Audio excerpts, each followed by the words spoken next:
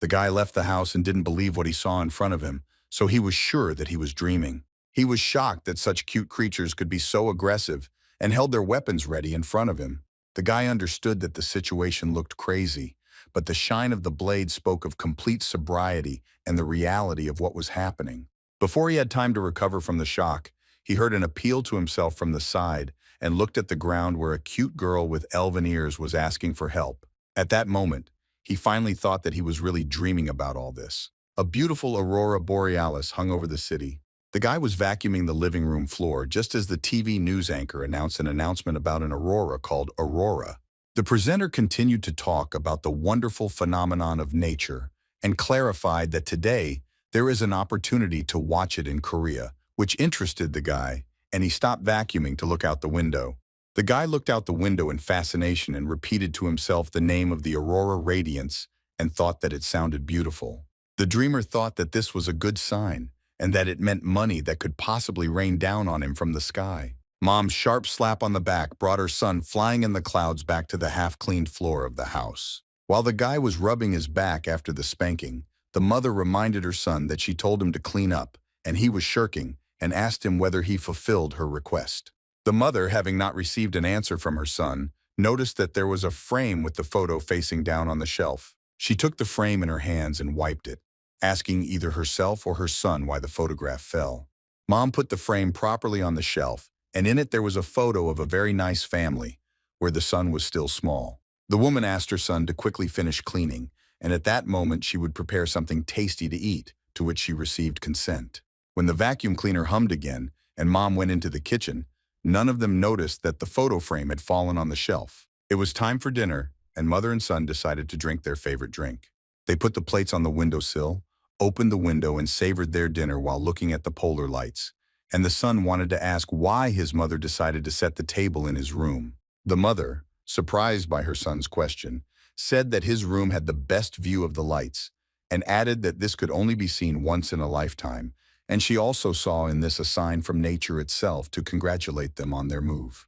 The son was no less surprised and asked whether his mother really liked this house so much. Mom, continuing to look at the radiance, replied that this house holds the memory of her husband and the boy's father, which is the reason for her love for this place. The son tried to compliment his mother that she was unique and impenetrable because she was able to buy this house, to which he heard in response so that he could choose better expressions.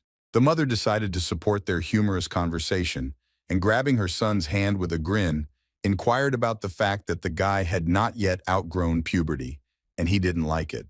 Embarrassed by the burn, he kicked my mother out the door of his room, simultaneously informing her that he was going to bed, so it was better for her to leave. Resigned, my mother went to the kitchen where she saw something on the table. On the table, there was an envelope whose inscription said that it contained the boy's first salary, and also a promise that he would be a good son. Mom read this and smiled, feeling proud of her son. The woman left the house and told her son that she was going on the night shift. When the boy heard this, he thought about how cool his mother was. The guy easily plopped down on the bed, happy with today. And as if confirming to the whole world, he raised his fist up and declared that from today, this is truly their home. The boy was called out for the second time by a voice with a statement that now was not the time to be foolish. The sharp blades of spears and swords came almost close to the boy's face, causing him to scream. The creatures tried to tell him something, but he did not understand them. And again, a voice came from the side, translating from the language of creatures to the human question, "How dare human beings invade the territory of the wire-wolf ruler of this land?" After hearing this, the guy concluded that he plays too many games and reads Manhwa, not believing that there is an elf and talking dogs in front of him. One of the dogs swung his sword, speaking in a still incomprehensible language, but the elf immediately translated it and said that all human beings who arrived on their land would be executed. The guy, not understanding anything, could only ask the question what it meant and continued to stand, dumbfounded. He miraculously managed to dodge the blow of the sword, but the wave from this blow still threw him towards the door of the house. The guy saw that the blow of the sword fell on the wall of the house and a crack formed there, after which he cried out to the dogs what they were doing. One of the dogs again shouted something incomprehensible, and at that moment all three warriors rushed at the guy, and the elf only managed to translate what they said, nothing personal. The boy realized that this was already real and he should run away. Running into the house, he shouted that how could this be an attack not related to a personal relationship? And the dogs, sweeping away everything in their path with weapons, almost caught up with the guy. And while the boy was screaming and calling out to his mother for help, the dogs at that time were chasing the one they wanted to kill at breakneck speed and shouting something. And the parallel translation of the elf said that he should not run away and meet his death with honor. Running to the open window, the guy shouted that he didn't understand what other death we were talking about, and that such cruel words could not be translated. The elf still continued to lie on the ground, stuck under the facade of the house, but then she saw the guy running out of the window, which surprised her very much. The boy only managed to shout out and immediately landed hard with his whole body on the ground. Following him, one of the dogs flew out, breaking the window frames and glass. While flying, he raised his sword above his head with a scream. The guy saw this and screamed in horror while continuing to lie on the ground. His whole life flashed before his eyes because it's not every day that a dog flies at you with a weapon. And so the dog delivers his fatal blow, but a defense forms over the guy. Sparks ran through the dog's body from this protection, and he could not understand what it was. The guy looked in front of him and met the dog's gaze, also perplexed. The defense, like a shockwave, threw the dog a very long distance from the person. It was like an explosion because the rest of the guards were also thrown back, and even the elf had to cover her head with her hands. The blow was so strong that one of the warriors' uniform was shattered into pieces. The guy was shocked by what he saw, because he was able to repel the attackers without doing anything, and the dog was thrown to the ground like a pebble being floated on water. The blow was destructive and fatal, but the house remained standing in place. The guy tried to catch his breath and asked the elf what happened, to which he received the answer that she herself did not understand. The elf looked up at the shadow that hung over them and turned pale.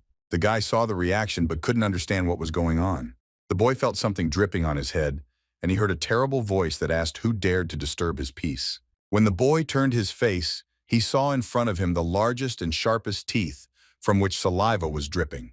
With the speed of the wind, the guy found himself at the wall of the house next to the elf, and with horror in his voice asked whose territory this was, to which she, as if nothing had happened, began to explain to him that initially the land belonged to kobolds. The guy realized that this was not all the information, and the elf said that she heard how a wirewolf invaded here not long ago, and now he is the owner of these lands, and pointed with his hand at a creepy monster the size of a house. One of the dogs ran up to the wolf, raising his fist and shouting something in his own language, to which the wolf growled angrily and warned these damned kobolds not to disturb his sleep. The wolf crushed this kobold with his huge paw and shouted with rage that how could they justify themselves that, being hunters, they could not catch one person. The second kobold ran to the aid of his comrade, and the third, rising to one knee after a defensive blow, growled angrily. The guy, sitting on the ground, grabbed his head and shouted to himself what he should do, and as soon as the elf said that, even if he asked her, the roar of a wolf interrupted their conversation. The wolf was furious that this dirty little man dared to step into his forest, and the smell of this same man was disgusting to him. Pressing the kobold even harder, he yelled that those were useless creatures. The wolf was annoyed that the kobold was screaming because he was in pain, and shouting, "Shut up!" raised his huge paw over him. The kobold only managed to scream and cover his head with his hands. But the wolf's paw couldn't go all the way down, because the main kobold managed to run up and hold it. The guy and the elf were amazed at what they saw. Holding the wolf's paw with all his might, the kobold said something in his own language, looking at the guy and the elf. The guy, looking questioningly at the elf, heard that the kobold told them to quickly get out of here, and that he didn't want people to get hurt because they had nothing to do with what was happening. Without thinking twice, the boy began to run, but the elf grabbed his leg, calling on him not to abandon the one who saved his life. Meanwhile, the wolf became even more furious when he saw the tenacity and opposition of the kobolds, and threatening them with the fact that he would send them after their relatives, he waved his paw. The blow was so strong that the kobolds were crushed into the wall of the house right above the boy's head. And when they fell out of there, neither alive nor dead, the guy grabbed his head and screamed that his house had been damaged again. Leaning with his fist towards the main kobold, the guy shouted to him that if they decided to fight, then let them do it properly. The kobold answered him in his own language and slammed his fist against the guy's outstretched fist. The elf translated to the guy that the kobold said victory would be possible with the strength of the young man. The guy didn't believe what he heard because he didn't even understand what kind of power it was and where he got it from. With incredible force, the wolf swung at the man, shouting that he would regret stepping on his land. The guy was again dumbfounded, looking at how a huge wild dog was moving towards him. At this moment, the man's eyes acquired a bright shine, as if something inside had turned on due to a sense of danger. The guy seemed to feel the power that his home fueled in him. The wolf saw in front of him something that caused him bewilderment. And this time, the elf couldn't believe her eyes whether this was possible. A stream of light and incredible power began to emanate from the house and the guy, throwing sparks in different directions. This light enveloped the wolf like lightning, and he screamed without understanding what was happening. The wolf rushed towards the guy, screaming as he did, not yet suspecting what awaited him. In his eyes now, in addition to rage, one could read at the same time the fear that there was someone who was stronger than him. And the guy, as if possessed, continued to stand and radiate powerful energy. The elf's face showed horror and surprise at the same time. The boy raised his hand to meet the wolf's blow, and the energy that protected him from the kobold's blow began to sparkle. The wolf, without stopping, gathered all his furious strength into this blow. And so the wolf strikes, but his paw does not touch the man. The impact produced such a bright light that it was as if a new star had been born. The wolf is swept away by a stream of light over a very long distance, and the house, like a guard, continues to be indestructible, just like the guy. From the brightness of this blow, the elf covered her face with her hands, and the kobold could not believe what he had just seen. Just as the guy himself couldn't believe it when the power stopped working. A wide ditch stretched from the house through the entire forest where huge trees were broken, as if a meteorite had fallen. Having already repulsed the fatal blow, the newly made hero still stood with his hand out in front of him and, like a bright blue flame, radiated power. All this time, a kobold and an elf were watching him at the wall of the house, and none of them understood how this man did such a thing. The elf again turned to the guy for help, so that he could help pull her out using his strength. The guy, still under the influence of his powers, turned around in response to the request.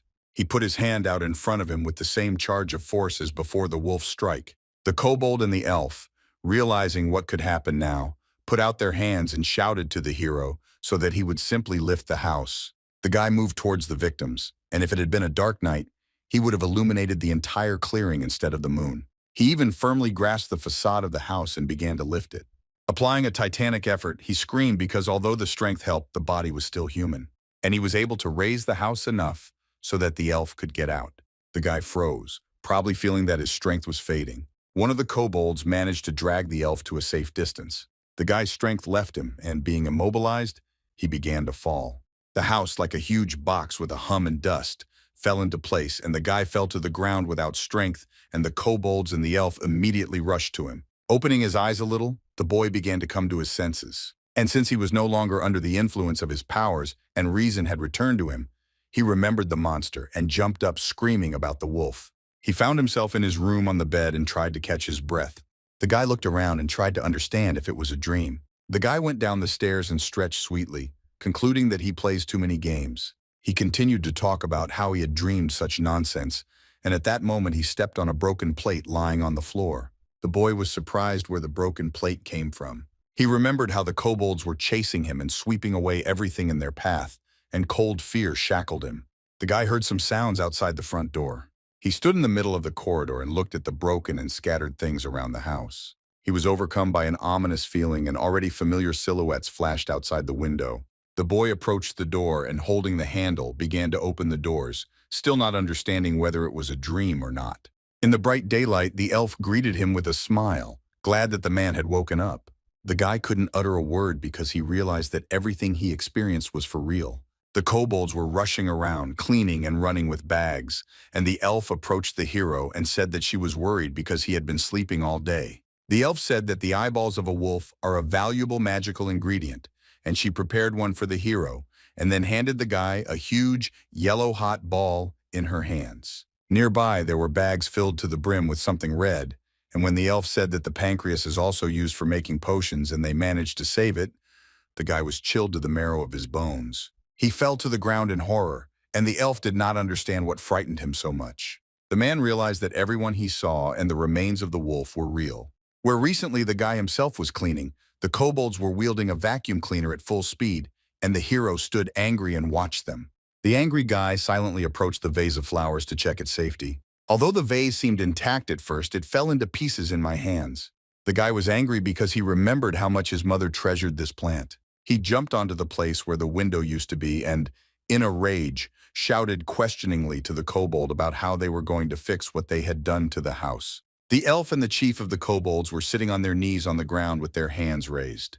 The hero stood in front of the dog and the elf and looked at the ditch that was formed after the destruction of the wolf.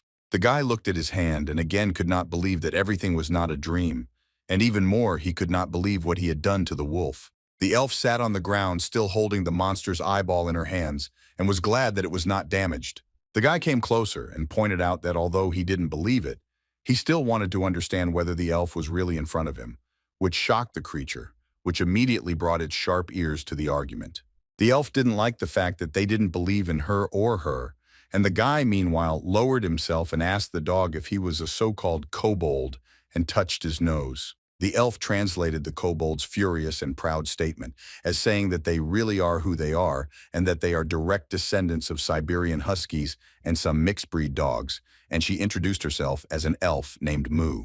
The guy put his hand to his face from the delirium of the situation and thought that because of the games he had probably really gone crazy, but still asked how Mew ended up under his house. Moo remembered that she actually went into the forest to pray at the world tree. And having received a question about misunderstanding what kind of tree this was, the elf told the man a story about the gods of the West and East, maintaining all forces in balance in this world, and the tree that they created appears once every 1,000 years, and all creatures come to it to pray. The elf also came to pray, but when she was there, suddenly a house fell from the sky and she found herself under it. The guy was confused because people usually die instantly from this. The kobold tore the boy from his thoughts by presenting him with a sword and again said something in his language. The elf translated the kobold's message that their lands were captured by a wirewolf, from which they lived in fear, and therefore, as a sign of gratitude and a request for forgiveness for almost being killed, he asked the hero to accept this sword as a gift and promised that he would serve him. Moo came close and asked if she could also join them for a while until she found the world tree. Moo and the kobold looked with great hope at their hero. The man crossed his arms and responded with a refusal and a desire to return home. The guy was confused because when he opened the door of the house, he found himself in another world. He was thinking about a way to return back because the house here concerns not only him, but also his mother. The man shouted at the kobolds because they were hammering too loudly while repairing the house and did not allow him to concentrate. The young man voiced to Moo and the kobold that it was too noisy for him here. The hero ordered the house to be repaired before his return, and not paying attention to Moo's question where he was going, left them. Moo, as if not paying attention to what the guy said, asked if they could go with the man. The guy turned around and again refused, and also added that they should disappear before he arrived. He warned that he would not repeat it and said to get lost. Moo said that the kobold might already give up, but he wasn't going to. The kobold confidently said something to the elf in his language. Mew was surprised and asked if what the kobold said was true. The kobold answered and, together with Moo, looked at the hero leaving in the distance. The guy walked through the forest and thought about what he needed to do, and realized that all his thoughts were connected with games where he had to either fight or save. Thoughts swarmed in his head due to the fact that the game was too real at the moment. The boy thought that his mother was probably very scared. His mother's words surfaced in his memory, that she took out a loan for 20 years, but thanks to the fact that her son was nearby, it would be easier for her. And he remembered how his mother said that she liked this house. The guy imagined his mother standing in shock in the place where their house was. In order to drown out this stream of thoughts, he shouted to himself that if he got here, then there was a way to get back. The young man looked at his hand again and tried to understand what he needed to do to gain strength. Realizing how stupid it looked from the outside, he made an attempt and said for the fire to come out. A huge stream of yellow flame flared up on his hand, which terrified the hero. The guy couldn't believe it happened so quickly. But the fire gradually died down, releasing small sparks into the sky. The guy assumed that he was not yet used to this power. The fire went out completely, and the man concluded that his head was unable to work, so he decided to return home. The boy wondered if he had wandered too far, but he realized that he felt a different atmosphere. The guy stopped in time when he heard some kind of sound, and it was a pity. A bright drop was descending right in front of him from somewhere above, but the man had not yet noticed it. He stared at the ground, which glowed as brightly as the drop. The guy was numb and had no idea what to do. Above his head hung an unreal-sized spider whose eyes shone like lights. The boy raised his head and in a state of shock smiled slightly, realizing that there was another monster in front of him. The spider turned towards the future victim and opened its creepy mouth, drooling. And when the saliva fell on the guy's jacket, he heard a hissing and felt a burning sensation. The boy instantly took off his jacket, realizing that the clothes were dissolving from the saliva, and at that moment, the spider jumped to the ground. The man, realizing that the danger was right behind him, turned around. The spider was so huge that the impact of its paw broke the tree like a straw. The monster opened its huge mouth full of fangs and growled. The guy again came face to face with a danger that was 10 times greater than him, but he remembered in time about his strength, which he had already tried to use. The hero stood in front of the spider and extended his hand forward, telling the monster that he had already killed the huge wolf. The guy screamed and a bright fiery light appeared from his hand. Imagine his disappointment when, instead of a huge stream of energy, a light smoke came out of his hand. The guy looked at his hand and didn't understand why it didn't work out, but instead of fire, sweat flowed down his hand and face from fear and excitement. Judging by the spider's wrinkled face, he became even more angry. The monster, terribly hooting with its paws, grouped its entire body and released a huge thread of web at the boy. The spider clearly hit its victim, tying its legs like a mummy. The guy tried to pull the web off himself, but it turned out to be tightly strong, and in the meantime some bright dots were visible in the forest darkness. The boy directed his gaze exactly where the bright lights were. In the blink of an eye, there were an order of magnitude more bright dots. These bright lights became black lumps that moved sharply towards the person. These were tiny spider children, but there were a huge number of them, and they were like a blanket crawling over the guy. The boy coughed and tried to get out, crying out for help, but the black wave almost completely covered him. Only the hand that the boy was still trying to keep raised remained visible. All the guy managed to do was remember his mother and imagine her in front of him. In the midst of the impenetrable darkness, a bright spark of light suddenly appeared. The loud word Arif sounded, and a flame flashed which forced the spider to retreat. The spider was burned by the flames, and therefore, having made one jump, he returned to the top. From the guy who was screaming, waving his arms and legs, black lumps ran away in different directions. Mew stood holding her hands in a magic symbol and asked if the person was okay. The elf took him by the hand and helped him up, and the guy, trying to catch his breath, thanked her for saving him and learned that it was the giant arachnid monster Arachne, who has dominated this forest for a long time. The guy was angry that it turned out that Moo knew all this time but didn't tell him anything. The elf, in turn, said that she remembered about this recently and immediately ran after the man. The boy asked Mai that it turns out she knows how to defeat the monster, and the elf assured the man that the spider actually kills only when it is hungry. At that very moment, the monster was again right in front of them and opened its eerie, huge mouth in a roar, which confirmed Moo's words about hunger. A black wave of living lumps was approaching them, and the guy panicked and shouted at Mai to do something. Moo shouted out this time, "Aqua," and released a stream of water. But this did not become an obstacle for the spiders, and they, as if on the crest of a wave, set off towards Moo and the guy. Mew ran next to the guy and shouted that she was still just learning magic and now she didn't know what to do, to which the man replied that he certainly didn't know because it was his first time in their world. Suddenly the guy disappeared, leaving behind a bright light like the first time. Mew stopped and was dumbfounded, trying to find the man. A spider's paw appeared right in front of the elf, which she did not expect at all. Moo, trembling with fear, turned to the huge monster. The elf, in a trembling voice, asked the spider if they could solve everything by talking. Meanwhile, in that clearing in the middle of the forest where the house stood, a scream was heard. The kobolds were still cleaning up in front of the house, and they were shaken by some force that was emitting the same bright light. This light and shockwave came from the teleportation of a guy from the forest to his room where he landed not so softly.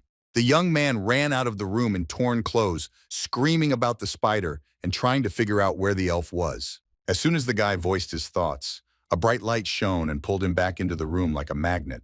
Following the boy, the door closed with a loud knock. The house shone again with that same bright blue color. The kobolds stood in front of the house and did not understand what was happening. Arachne appeared behind them. The guy stood in the room and frantically pulled the handle, trying to open the door, and also could not understand what kind of radiance it was. He couldn't help but wonder if Moo was okay, and he hoped that she was able to move the same way. The guy heard screams outside the window and saw a spider there, with which the kobolds were already fighting. The kobolds attacked the spider with weapons, and Moo was tied to the Arachne on one of her paws. The guy saw Moo and cursed because his suspicions about the worst were confirmed. The boy stood in the room and felt that his legs were shaking and could not believe that it was from fear, because this was not typical for him. The chief of the kobolds rushed into battle again, holding a sword in front of him. The spider spewed acid at the kobold, but he was able to fight off the flow of deadly liquid with the help of his sword. The acid hit the wall of the house, and the guy saw it from the window of his room, and he again screamed that these creatures were destroying his house, which would cause trouble for the young man when his mother saw all this. The guy shouted to the main kobold, who was already tied up in a web, to stop fooling around and put an end to this insect. The guy grabbed a chair and shouted at the window to open. He threw a chair at the window, but instead of breaking the glass, the chair jumped back like a toy. The guy fell to the floor against the wall in shock and didn't understand why he couldn't get out of here. And he got the impression that the house was protecting him. The boy had the feeling that the house seemed to have a mind. The guy tried to admit this thought, which plunged him into thought, as if separating him into darkness from everything that was happening. Meanwhile, outside the house was almost completely blackened by Arachne's children. The guy, as if communicating with the house, was glad that he was safe here and that he actually had nothing to do outside, which made his soul feel better, and he thanked the house, hoping that everything would disappear soon. The guy didn't believe what he just said to himself, which is why he hit his head against the wall. He felt disgusted with himself because he was glad to remain on the sidelines and again asked the question whether the house was connected with that incredible power. All the kobolds were connected by webs and moved under the house as if on a black wave. The guy continued to remember the moments when the house was functioning, but there was no electricity, and it dawned on him that it was not he who received the power, but his house. Arachne jumped onto the roof of the house, growling ferociously. The guy realized that the monster was not giving up and did not want to die without doing anything. He gathered all his strength into a fist and accepted the fact that everyone he saw was real. The guy said that if the house really has intelligence, then let him help him. He stood in the middle of the room and shouted for the house to open the door for him now.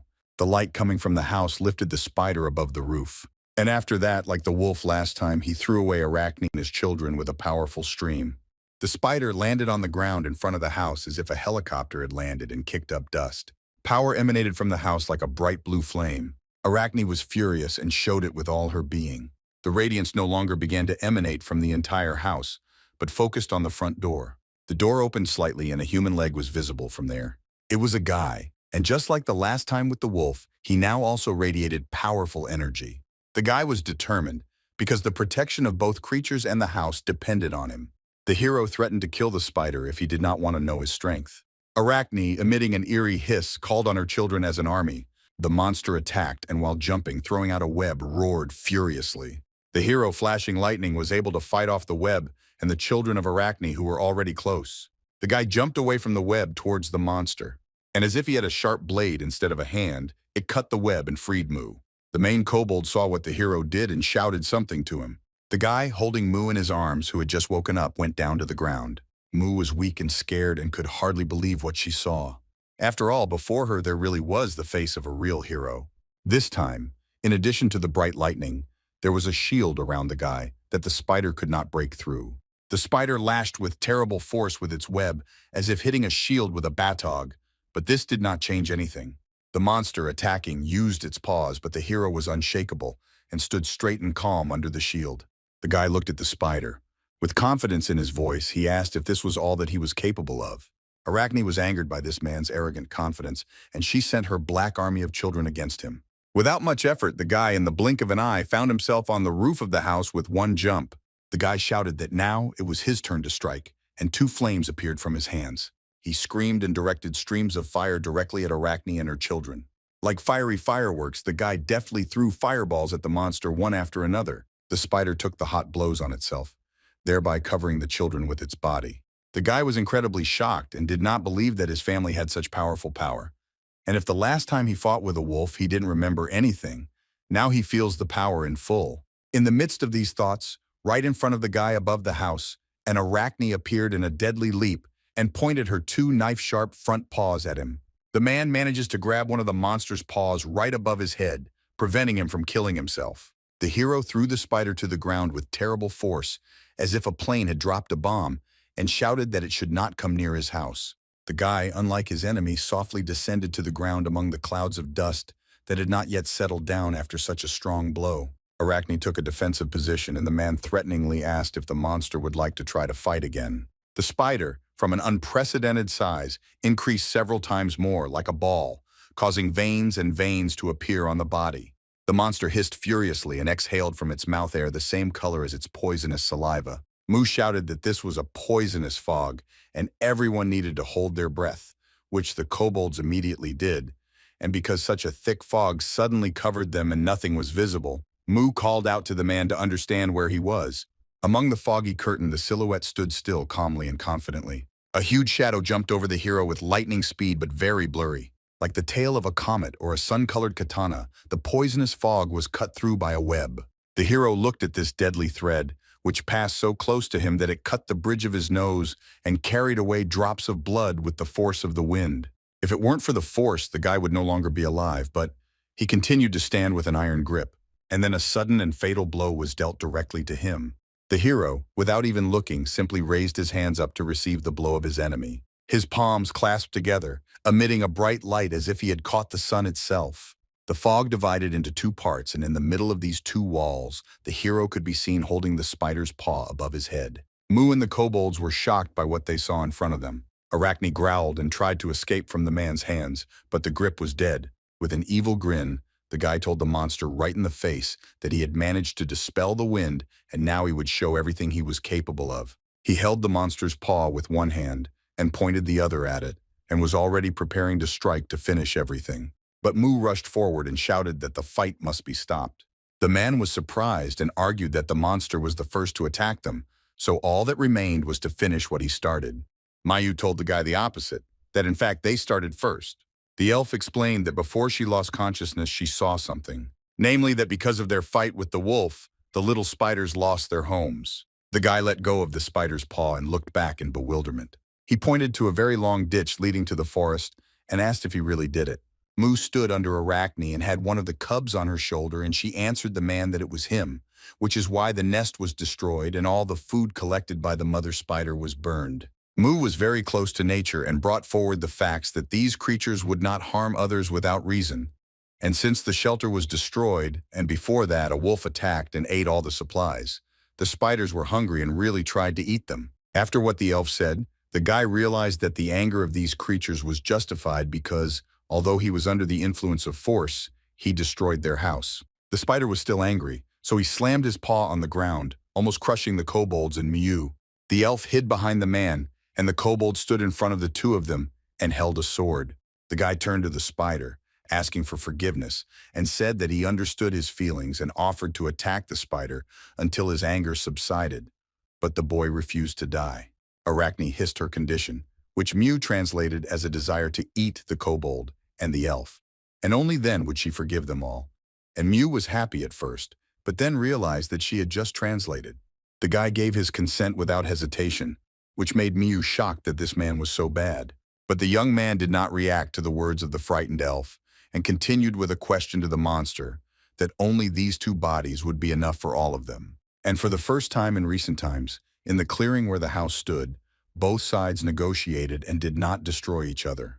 The kobolds had a lot of trouble, but they dug up the hidden meat of a wire wolf, which would have been enough to keep the spiders alive for a whole month. The guy gave the spider a great opportunity and asked whether this fresh product, which was prepared just yesterday, would be enough. If you don't look underneath, you might get the impression that the meat came to life and went into the forest on its own, but these were the happy black spiderlings who dragged their supplies home. The army of black lumps followed their mother towards the forest, and the brave team waved after them. The guy collapsed to the ground and exhaled with relief and said that it was good that everything was over. The kobold showed a thumbs up and Miu leaned over with a smile to the hero, confirming that everything turned out really well. But despite the smiles and joy, the guy felt some kind of tension, and somewhere far away in the middle of a huge amount of water on a stone island, one could see the silhouette of a large uprooted tree. The house had grown together with the tree in a stranglehold, as if it were part of a mighty plant. A strange creature looked out of one of the windows, resembling an alien in blue clothes, and its head was a brain in a transparent ball of liquid, and it looked somewhere into the distance through a telescope. What this creature saw through the telescope made him break loose and run through a long corridor in which large plush toys were sitting. The alien ran into a spacious hall where, in the darkness, only a throne was illuminated, next to which sat someone who looked like a man, and that creature turned to him as if he were Mr. Demon with some news about the world tree. A little boy in pajamas sat next to the throne and was building something like a tower out of cubes. The boy did not react to the servant's words and continued to build a turret on which several cubes had already lost their balance and began to fall. The servant continued to report to his master that in any case they had sent a spy on his instructions.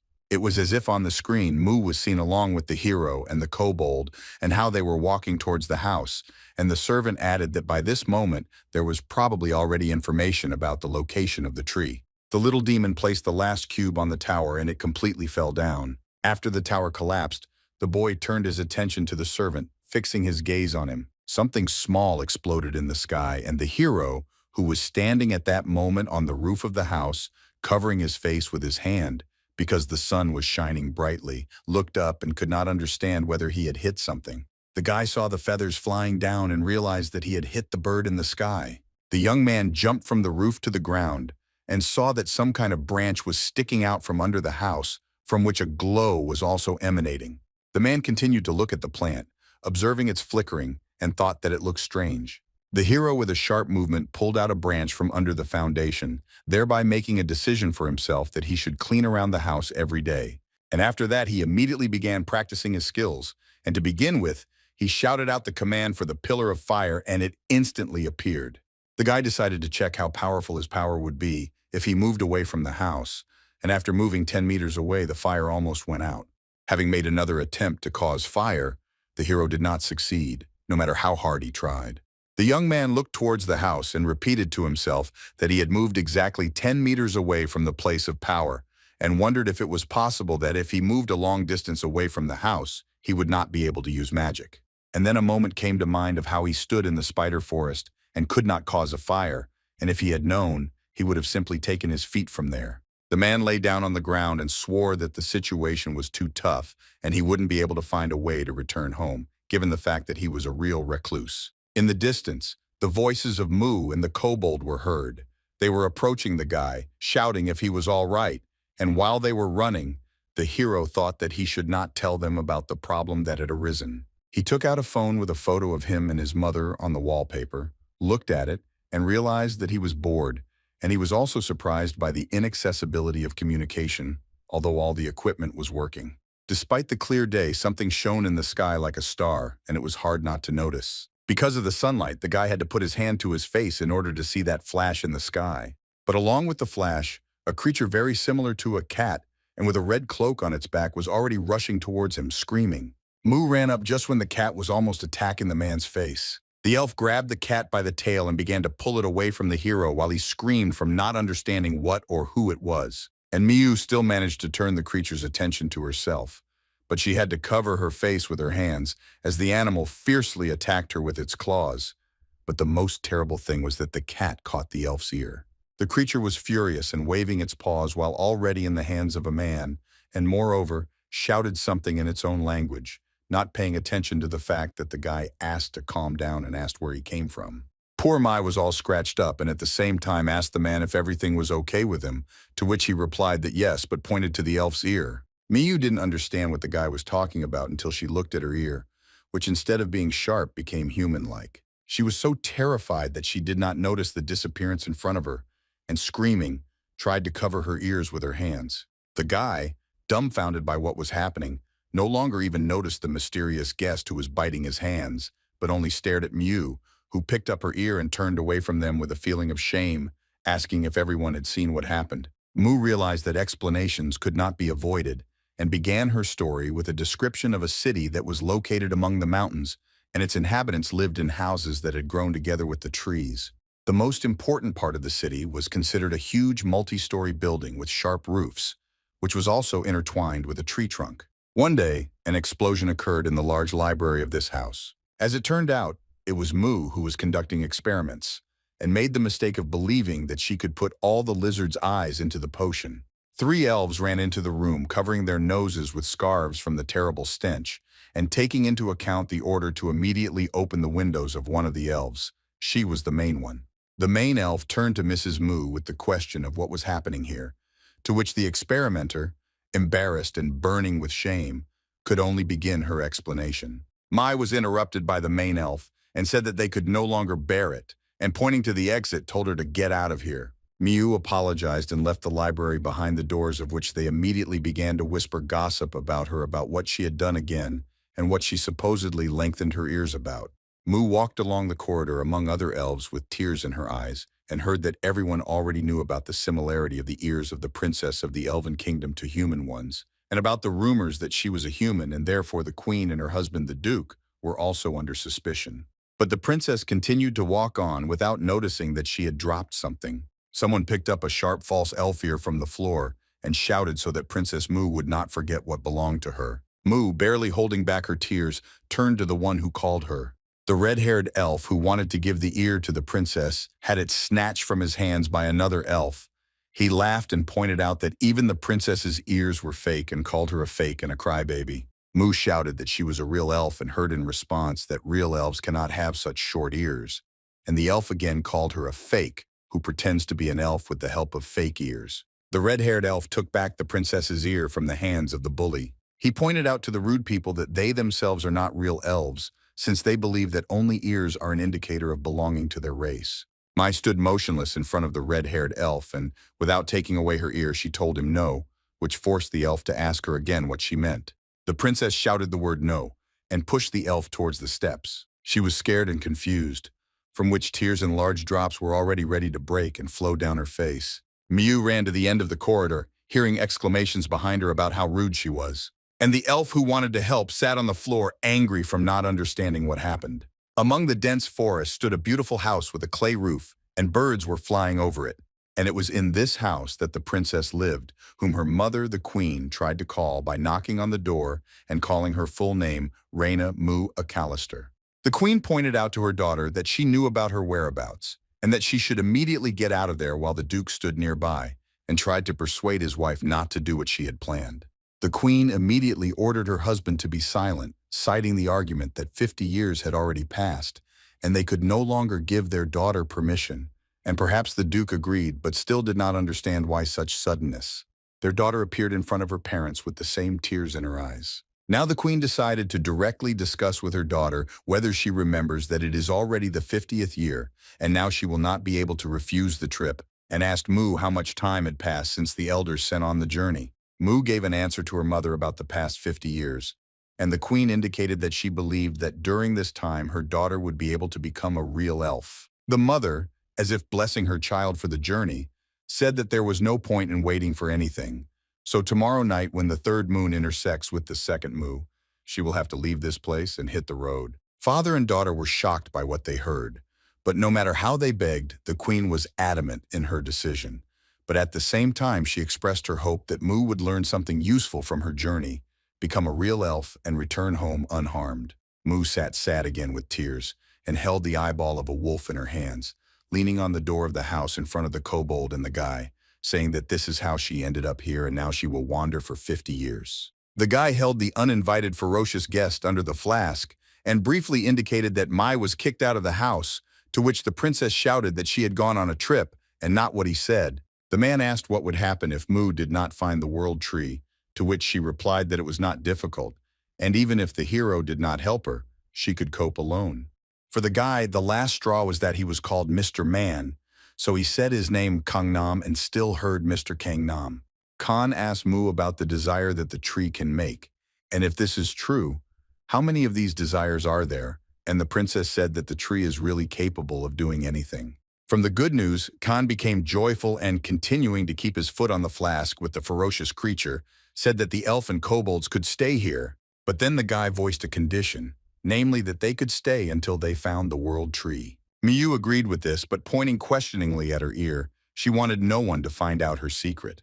And Khan immediately understood this, convincing the princess that he would keep her secret, and also told the kobold to keep his mouth shut. And while the team was having a conversation, one of the kobolds ran towards them. The kobold stopped and waved his paw, indicating that he wanted to show them something. Khan picked up the flask with the beast in his hands, and all three looked questioningly at the kobold. The kobold led them to one of the walls of the house, near which someone's legs were sticking out of an earthen pit and were also moving. Khan was surprised that he saw the lower part of the body also human and not some kind of monster, and an animal jumped out of his hands with a burn. The animal tried to dig up the body but was too small for this. Khan could not look at how this little one was suffering, so he commanded the rodent to move away and easily pulled the body out by the leg, and the animal began to hit the guy on the leg, apparently protecting the one who was pulled out of the ground. This was a man who, judging by his appearance, not only had been underground for a long time, but also most likely landed unsuccessfully. But despite his shabby appearance, the man woke up by opening his eyes. An unknown person attempted to strike Kanu while performing a somersault. Khan was confused, but immediately defended himself with his hands from the blow. The enemy, looking at his victim, was clearly surprised by what happened no less than Khan. Although Khan was essentially in danger, he still asked who was in front of him. The guy did not hear the answer to his question about who he saved, and was again forced to take a stance to protect himself from the attacker. And due to the strength of the house, Khan again did not receive damage from the attacker. Khan remembered that being near the house, no force acts on him. But despite the privilege of protection, the guy tried to find out where this man was taught to attack his savior. And while Khan was talking, the one he saved was already holding a sharp throwing weapon at the ready. With a deft wave of his hand, this warrior threw sharp blades straight at Khan. Considering the fact of defense, these blades flew away from Khan as if he were not a living person but a wall. The one who threw the weapon could not believe his eyes. Fire appeared on Khan's hand, and he said that he wanted to forgive the warrior because he was still young. And at the moment when this unknown person got angry, pointing out to Khan that he thought too much of himself, a look appeared in the darkness that was directed straight at the robber. Khan saw the body fall to the ground again like a dead weight and did not understand what was happening. Mew ran up to the fallen body, asking if everything was okay, and Khan, in his defense, shouted that he actually didn't do anything. The elf shouted that she couldn't feel her heartbeat. Khan, in hysterics, asked Mu to double-check and continued to say that he had not laid a finger on this man. The guy got so nervous that he began to crush the kobold's head, which made him stop seeing anything. The animal ran around the owner trying to bring him to his senses, and he succeeded because Mai heard, albeit a heavy breath, so she immediately loudly announced that the person was alive and that it was a girl. And although Khan heard, he continued to squeeze the kobold's muzzle and repeated Mai's words that no heartbeat. The animal ran fussily from one Mai shoulder to the other asking for help, but the princess, although she understood that something needed to be done, did not know what. Khan picked up his enemy, surprising Mu and angering the beast. The beast rushed at the guy's head and bit him, but Khan said that he would help, so he asked the rodent to calm down. Khan, carrying the girl in his arms, moved towards the house and the rest followed him. In the room, near the bed in which the girl lay, Khan and the kobold stood, and Mai sat down next to her, waiting with everyone. The victim had a wet bandage on her head, and an animal was sitting on top of her, clutching the blanket, worried about her owner, and Mai, just in case, decided to check her pulse, which made her scared because she didn't feel it. But at the same time, the princess said that she could hear the girl's breathing, from which everyone exhaled with relief, and Khan said that this was an indicator of life. Then Mew decided, just in case, to check her heartbeat, which also made her scared and scared everyone, because she didn't hear the beat. Khan could not stand this, and hysterically asked Mu whether the girl was still alive or not, to which the princess repeated that she did not know, because there was breathing but the heart could not be heard. The hero concluded for himself that there can be no place for common sense in this world, so perhaps what happened now is in the order of things. The guy approached the girl at the same time, turning to Mew with a question about healing magic, but the princess, as it turned out, had not yet learned this, and the animal hissed when it saw the enemy. Kong took the little animal in his hands and was surprised that he hissed at him, and then said that they should be grateful to him for allowing them to stay in his mother's room, after which Mew asked if Mr. Gangnam really had a mother. Khan asked Mu a counter question. Isn't it obvious that he has a mother, but now she is absent? And when the guy saw the princess's interest in this, he suggested talking on the street. The girl remained lying in bed, breathing heavily, and next to her was her faithful animal. Perhaps because of the intense heat, the girl was mentally transported to the place where she was from, and standing on a mountain ledge, she heard someone calling her, saying the word sister. The girl heard the word sister again, and the voice came closer and closer, which made her turn around. A sweet girl with two thick ash-pink braids in a simple robe, and with a bouquet of yellow flowers in her hands, which she handed to her sister, came up to her. The stranger took the flowers and was pleasantly surprised by their beauty. She thanked the sweet girl for knowing how to make her heart beat faster and stroked her head. The girl with braids asked the stranger why her heart was beating, and she repeated the flowers but could not finish the answer. After all, the dear sister interrupted her by saying that this was a strange fact about her heart, and replacing her sweet likeness with a creepy essence, she said in a terrible voice that her little sister's heart couldn't beat. The stranger began to fall when she saw a gaping hole instead of her heart. The girl woke up from the nightmare because she was delirious due to the fever and took a sharp but at the same time heavy breath of air. She sat down on the bed trying to catch her breath, which was noticed by the animal, which had been faithfully waiting all this time and was now also nearby. The stranger lay back, stroking the tailed animal and pulling up the blanket, thought about how soft it was. The girl was alerted by sounds coming from behind the door. And as if she had not just been unconscious, she turned on ninja mode and began to creep up to the door.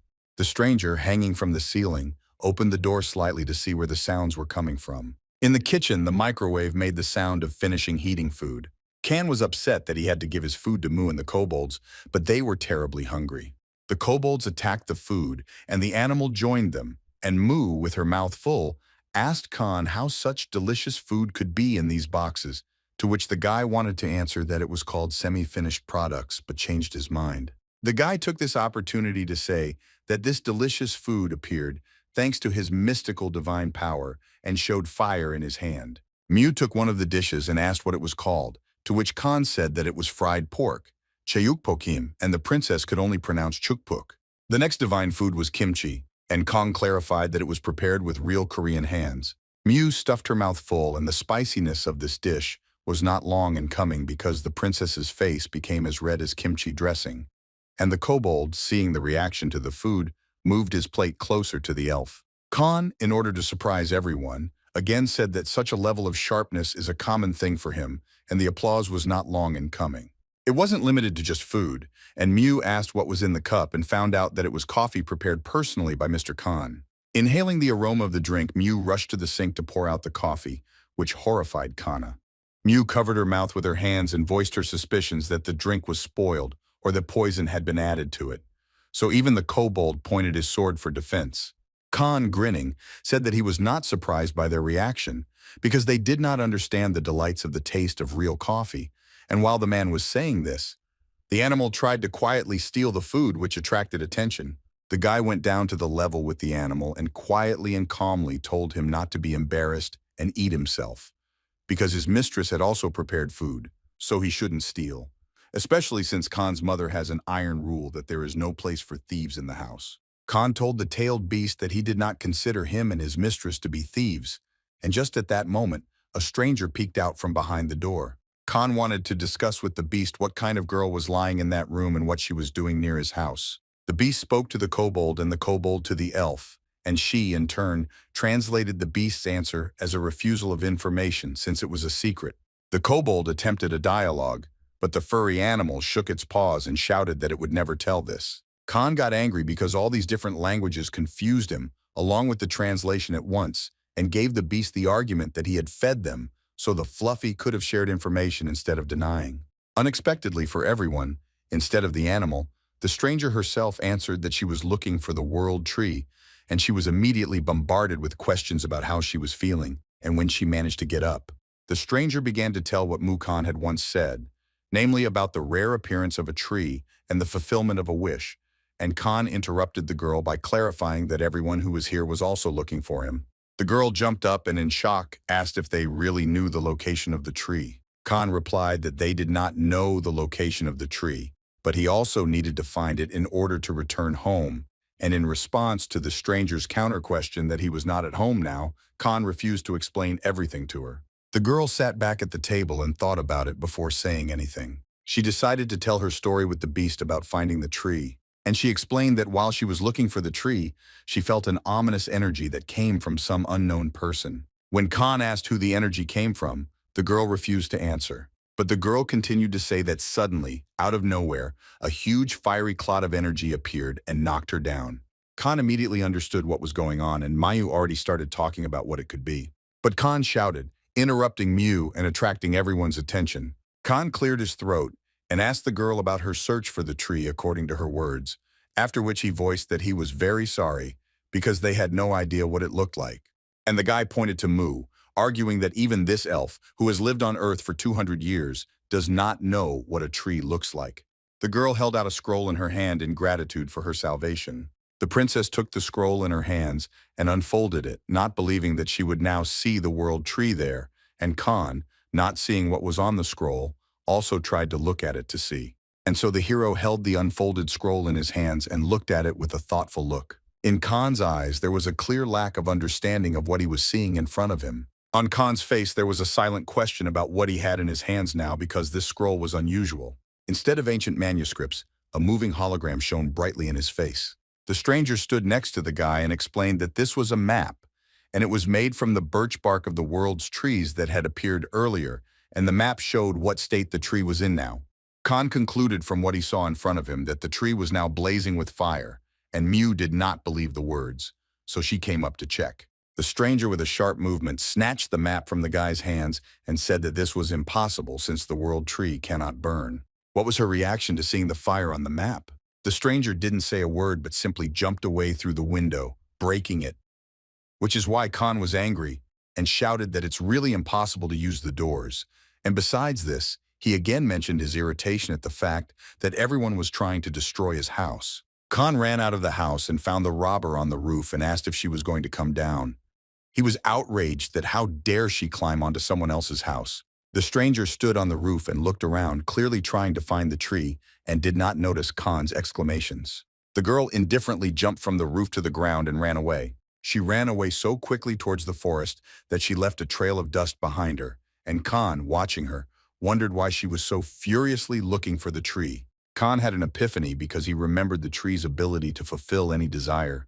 Pictures of what this tree would look like, and Mu's story about it surfaced in his imagination. And Khan imagined how this tree dies, turns black, and dries up. And he completed this with a logical chain, understanding the impossibility of returning home if he did not find the tree and he did not make a wish. From all these gloomy thoughts, Khan brought himself to a state as if he had already died.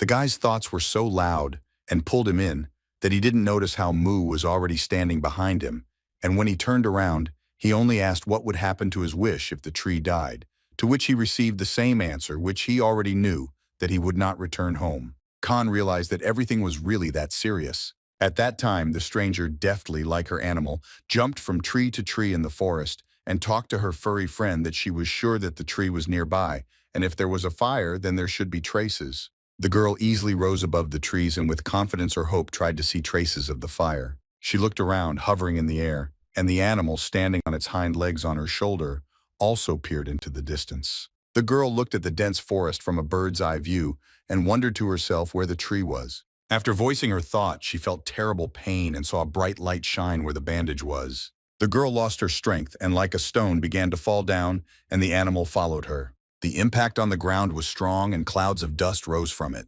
The stranger lay in a huge crater, covering her eyes with her hands.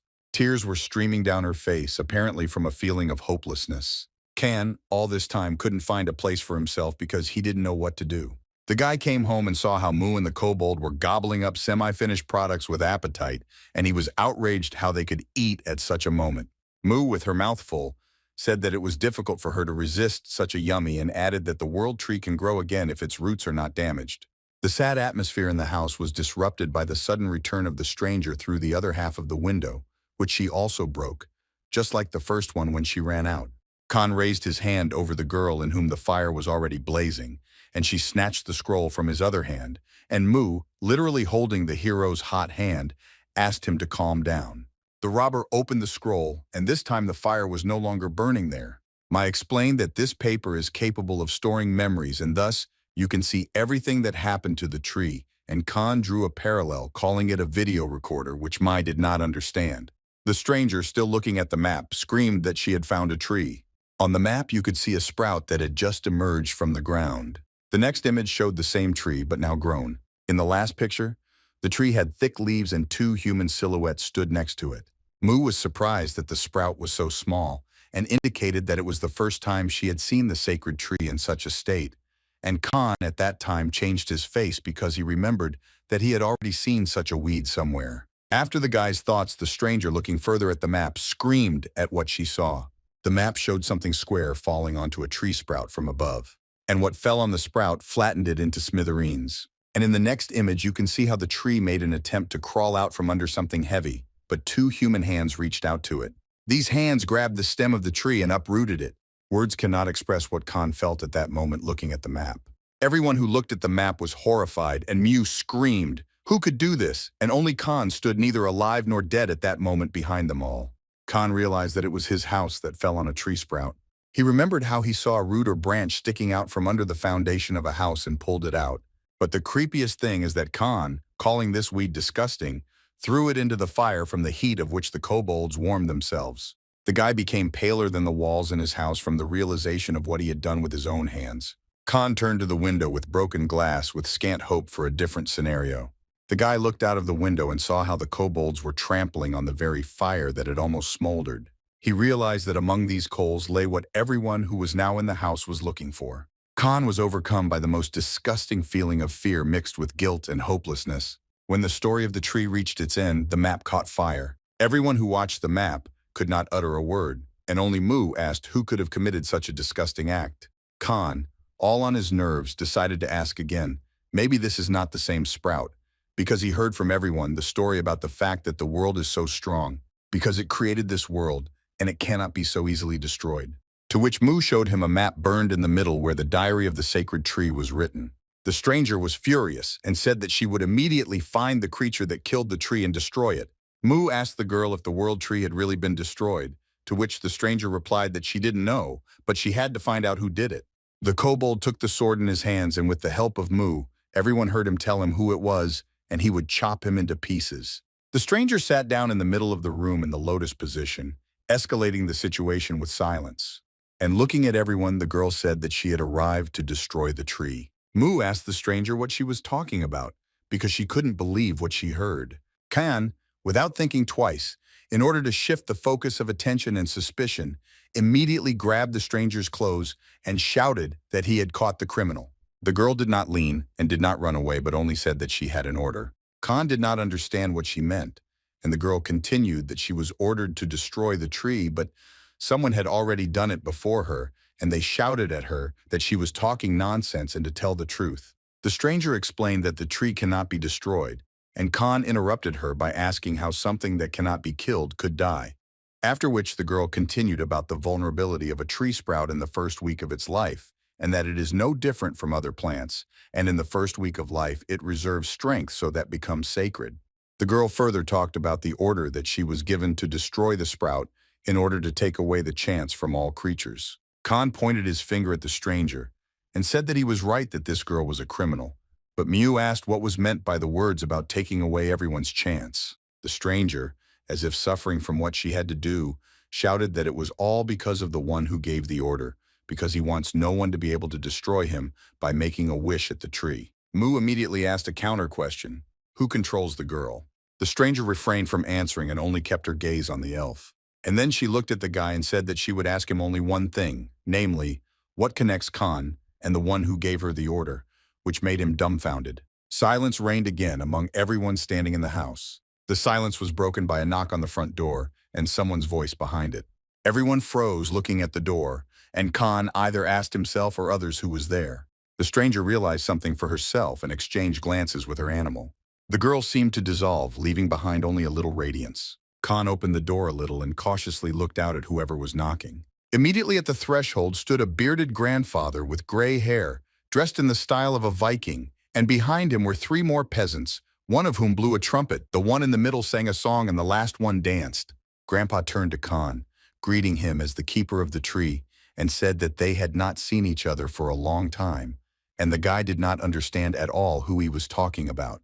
Grandpa still smiled sweetly and asked to treat them to a glass of water. Khan went outside and asked the uninvited guests who they were. Grandpa thought about it and asked if Khan was not the guardian of the tree, and said that the last time he was here 1,000 years ago, so he asked if the guy was a descendant of the guardian. The elder saw that Khan still did not understand what they were saying to him, raised his glasses in order to better see the young man, and asked again that since he was neither a guardian nor a descendant of a guardian, then he turned out to be a man. The three men heard Grandpa say the word man and showed a violent reaction to it. Like savages, these three ran up to Khan and began to touch him, asking how a person could end up in a sacred place, and added the fact that people are lazy creatures. Khan was shocked that strange humanoid creatures were touching him and began screaming to stop touching him. Judging by the way the grandfather named Hyungnim addressed the men, he was the leader among them, and he ordered them to calm down, reminding them where they were. But immediately after this, a quarrel arose between the men, because they began to accuse each other of who was the first to call the man a lazy creature. Hyungnim was clearly ashamed of them, and then Mew came out of the house. The princess recognized her grandfather Dwayne in the old man. And Hyungnim, hearing something someone called him, turned towards a familiar voice. Mew ran up to celebrate and hug her grandfather, and he was also happy to see her. The princess did not pay attention to Kana's questions, introduced herself properly with one hand holding the amulet around her neck and holding the cloak with the other. She announced that she was the third child of the Queen of the Green Forest, Mu Akalister, welcoming Master Dwayne, the Dwarf King.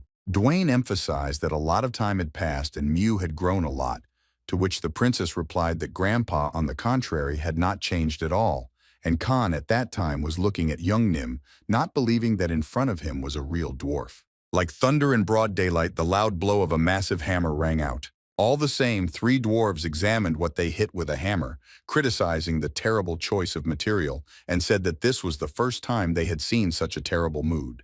Khan could not hold back a cry when he saw that they had hit the wall of his house with their hammer, causing cracks to appear. Mu, holding Khan's hand, clarified that these dwarves are kings of various states and he should be polite, to which the guy responded with indifference, pointing out that this does not give them the right to brazenly destroy someone else's house. The king asked for forgiveness and clarified that these guys were a little wild, and while he was saying this, one of them actually hit the wall with a hammer again, which angered Khan, and he said that this was the second time that his house suffered because of someone else's curiosity.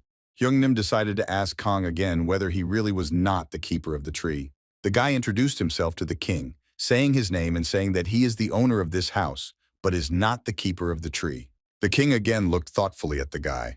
Hyungnim accepted the situation and asked Kong for forgiveness for disturbing him, and asked that if he didn't mind, could he treat them to a glass of water, to which Kong agreed.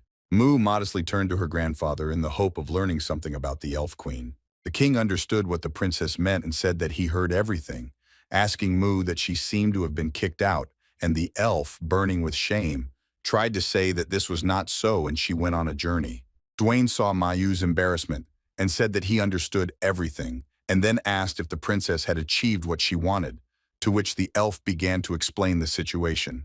But grandfather interrupted her, solemnly declaring that the Queen of the Elves would definitely arrive since the tree appears once every 5,000 years, and not only the Queen but all creatures would be at this event. Mu became even more uncomfortable because her grandfather was about to find out about the tree, and he, in turn, thought that the princess was uncomfortable because her mother would arrive and laughed and said that the relationship between parents and children has always been difficult. Grandfather approached Mu and whispered to her a secret that his mother also kicked him out of the house 500 years ago. Mu was very surprised by what she heard because in front of her was the king, but it turned out he was the same. Suddenly, there was a command for everyone to line up and Khan had to cover his face with his hands from the too bright light.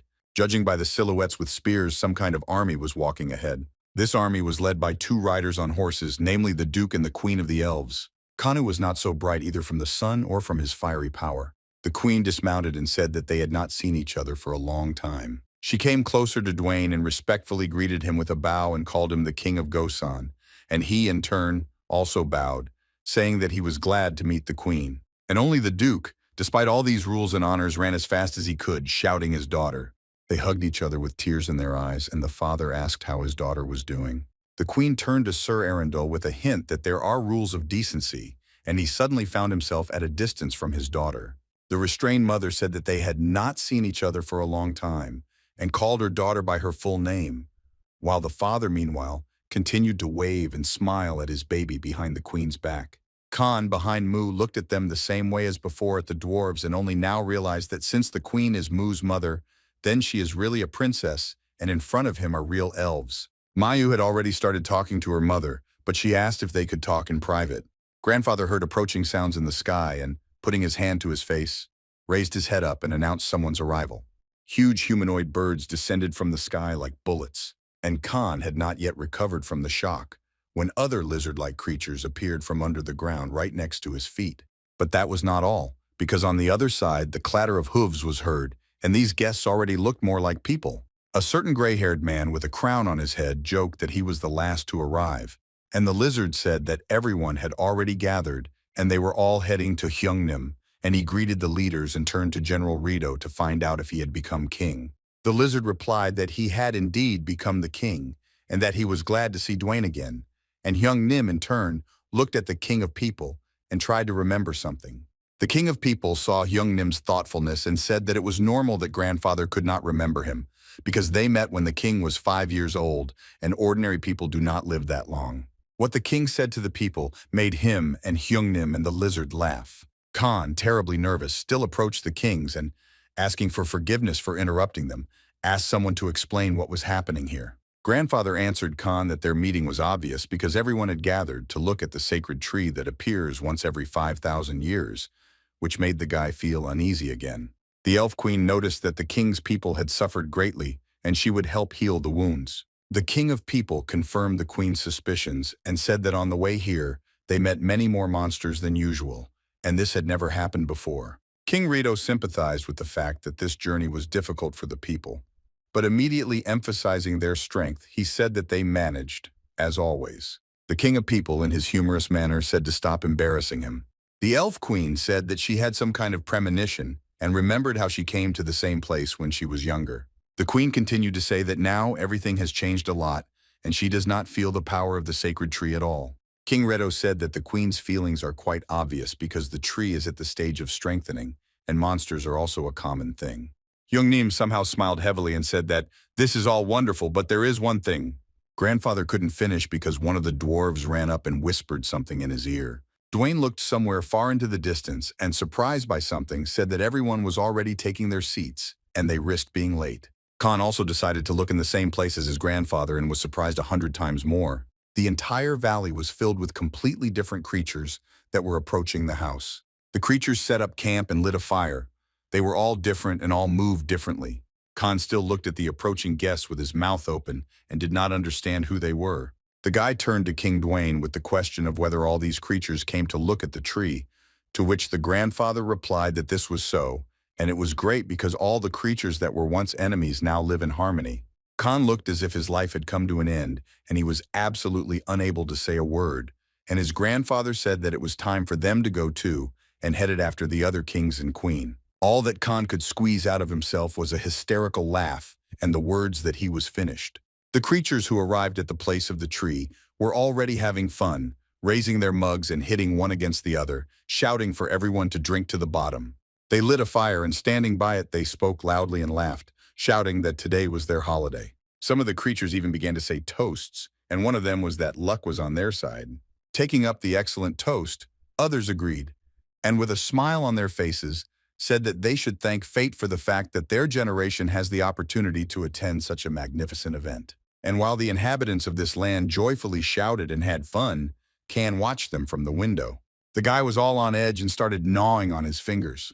Khan began to pace from side to side around the room, thinking about what he should do because there was a risk that everyone would find out at whose hands the tree died. And holding his head, the guy again began, as he always did, to imagine the most terrible pictures of what would happen. This time Khan imagined himself on a cross that was blazing in fire. The guy leaned his hand against the glass of the window that overlooked the clearing where the creatures were walking and imagined how they would grind him into powder like he did with the wolf. And at that moment, small sparks ran from his hand. Khan was annoyed and began to think again while continuing to look out the window. And then the guy, no matter how funny it was, fell against the wall as if he was telling someone dear that his death could not be allowed and he could not just give up. Khan, as if hugging the house, stood against the wall, turning to the house asking for help so that he could use his power to do something. The guy dreamily and hopefully touched the glass of the window and asked the house if he had heard him. This heartbreaking moment was interrupted by Mew's sudden question about what the gentleman was doing, which made Khan seriously scared and replied that he had not done anything like that. Khan saw a bunch of boxes in Mayu's hands and asked what it was, and the elf replied that this food was so delicious that she couldn't help but share it with everyone. And this fact made Khan very upset because it was a hidden supply. Mai explained that Mr. Kobold found the boxes in the pantry next to the kitchen. The kobold realized that this was the food that Mr. Khan had already treated them to, and he also heated it in the microwave, watching the food while drooling. Khan had the usual reaction of anger, namely a burning fist because this dog had found food, which alerted Mew and she addressed him by name in order to stop the fire. And Khan didn't even notice his burning hand, so he didn't understand why the princess turned to him questioningly. Mew quickly handed Khan the boxes of food and asked for help to carry them to the others. The princess thanked the guy, and while he was indignantly shouting something to her from the window, Mew was already going to the guests with a treat. Khan concluded that he had a lot of thoughts in his head again, and this time about how to stay alive. But he was still distracted by how many boxes of food there were in front of him, and he could remember whether there really was that much food at home. Khan's stream of thoughts was joined by the memory that he had not seen that girl with her Martin for a long time, and just at that moment behind him, these two naughty girls were reaching for food. And while the guy was already imagining how he could blame them, the girl and her animal had already grabbed the food and disappeared. Khan decided that it was worth observing what was happening and a way to solve the problem might appear, which is what the stranger was doing with the beast on the roof of the house, looking around and gobbling up semi-finished products. The kings and queen were sitting at the table, and Maya just brought them that same divine food in boxes, and the rest was conveyed by Khan and Kobold. King Dwayne indicated that this food was quite unusual, to which King Rito, who had not yet tried it, replied that he had never considered human food to be special. But I decided to try, like everyone else, what they brought. The lizard screamed furiously at how delicious it was. With a terrible appetite, Rito began to gobble up pieces from two boxes at once, one after another, to which the king of birds, who was sitting next to him, refrained from commenting. The human king was also ready to eat the food, but two of his soldiers warned about the possibility that the food could be poisoned. Having heard the soldiers' warning about the poison, the elf queen tried a piece of food. The queen said that since no one was hurt, the king could start eating, to which he thanked the lady. And while the queen still behaved with restraint among the others at the table, the father stood next to Mu, who treated him to food, and told her how glad he was that his daughter had managed to grow up so quickly. Khan and the kobold looked towards the road, both surprised by what they saw. Under the light of the full moon, a clan of wire wolves walked towards them.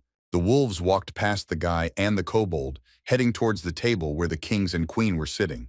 Khan clenched his teeth, but not from fear, but from anger, when he realized that that wolf was among those who had now come here, and the kobold stood and cowered from fear. The chief of the wolves approached from the side of the table where King Hyung Nim was sitting. The wolf said that information had reached him about the crimes committed here by their relative, after which, placing his paw on his chest, he offered his deepest apologies on his own behalf as the leader of the clan. The kings and queen repeated the wolf's gesture, and Hyung Nim said that may their good faith be filled with the blessings of the sacred tree. The king of men and King Rito talked to each other about whether the wolf was aware of the vulnerability of the tree at the moment, and perhaps they came for selfish reasons, and Rito was generally sure that the wolf was a servant of the devil. Rito asked again that at the last meeting he had not mentioned the connection between the wolf and the devil, because the devil would have taken advantage of the current situation. King Dwayne pointed out that the wolves are also guilty of what happened, because when one of their clan commits a crime, he upsets all the balance. So the wolf is now searching for the pest. Khan shouted that it was he who destroyed the one the clan was now looking for, and that they were the ones to whom the wolves should apologize. The wolf calmly asked if the guy really said what he said, and King Rito laughed and did not believe that a man alone could defeat the wolf. To which Khan immediately showed evidence in the form of the eyeball of a wire wolf that Mu had once given him. Surprise, and a lot of questions froze on the faces of the leaders when they saw the eye. And Khan continued to explain that that wolf suddenly attacked the kobolds and deprived them of their home, seizing local lands. The elf queen agreed that an apology should be made to the kobolds, and when they heard this, they stood embarrassed. The wolf looked at them carefully as if preparing to do something. And indeed, in an instant he found himself on one knee, bowing before the kobolds. The wolf said that he would understand if the kobolds did not forgive them, but he asked for their permission to restore their village. Khan was amazed that, being so stern-looking, the wolf could be so kind, and turned to the kobolds that the wolf's offer would fully compensate for the damage they had caused. The chief of the kobolds changed his face, and if before that he was embarrassed, now he turned to the wolf just as seriously and was ready to give his answer. The kobold gave the wolf a speech in his own language with honor. And Mu, putting her hand in the same way as before, wolf's paw, translated the kobold's message as saying that they forgive the wolf clan but refuse help because they themselves are able to restore their village, which surprised Khan, and he said that the kobold is cool. Their conversation was interrupted by two axes flying with a whistle, as if towards the house. Khan once again froze and looked death straight in the eye. The axe, spinning like a top, flew straight at him, cutting the air with the sound of a sharp blade. The guy managed to move away quite a bit, which is why he hit Mu and the axe hit the wall of the house instead of his head. Khan and Miu turned to look at the axe, and the princess concluded that a fight had broken out where the weapon had come from.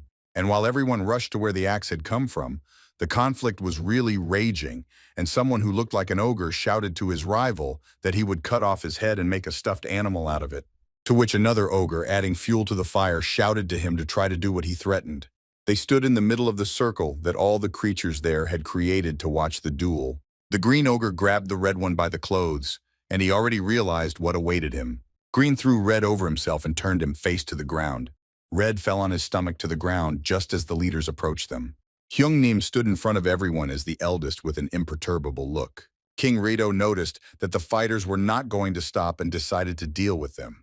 It was at this moment that a foot shot and a slipper ran across the red ogre's face. Khan knocked out the ogre with one blow and a stream of blood flowed from that wear and tear. The guy was again angry at the fact that his house was some kind of joke for them, and this blow to the face was clearly due to that crack in the house from an axe. Khan's face contorted when he realized what he had just done and who he was emotionally attacking against. The guy grabbed his leg and fell to the ground screaming in pain. Mai and the kobold immediately ran to the aid of the would-be hero, and the princess asked if the master was okay, to which she naturally heard a negative answer. King Rito, still in shock, told the king of people standing nearby that this man had knocked out an ogre that weighed about 500 kilograms, and the king asked again about the weight. The human king turned to his soldiers and caught them off guard with his question of whether they knew who this guy was, and voiced his doubts that this boy was one of them. King Hyungnam was amused by this situation and said with confidence that this was an unusual person. The head of the wolf clan silently watched what was happening, and without saying anything, he turned around to leave. The elf queen noticed the wolves leaving but said nothing. Khan stood on both his legs in a strong position and looked at all the leaders. The guy shouted out to all the higher ranks that he didn't care whether they were kings or anyone else. Khan continued to swear that there is nothing polite about starting a bacchanal in the middle of the night next to someone else's house, and also eating his food and, most importantly, encroaching on his house. King Rito shouted at the guy, waving his fist at him, that he was an ill-mannered brat and how dare he talk like that. Mu, as always, was nearby and asked Mr. Khan to calm down. What caught Khan's attention was not Mu's address, but the stomping of feet from the direction of the broken camp. 3 huge carcasses were rushing towards the guy as fast as they could. These were other ogres, and they rushed towards Khan, shouting at him that how dare he hit one of them, and that he did not deserve forgiveness. Everyone froze in anticipation of what was about to happen. Khan was determined, and he felt anger boiling in him. Khan glowed with blue flames again, and with the help of the power of the house, he killed 3 huge ogres. The guy was angry as never before, and it was clearly visible on his face. Khan, emitting powerful energy, shouted that he would not allow anyone to approach his house. His voice, along with a powerful force, spread in waves throughout the clearing. All creatures covered their ears from such a sound stream, and only Hyunim and the queen calmly continued to stand in place. King Rito and the king of birds also stood without changing their position.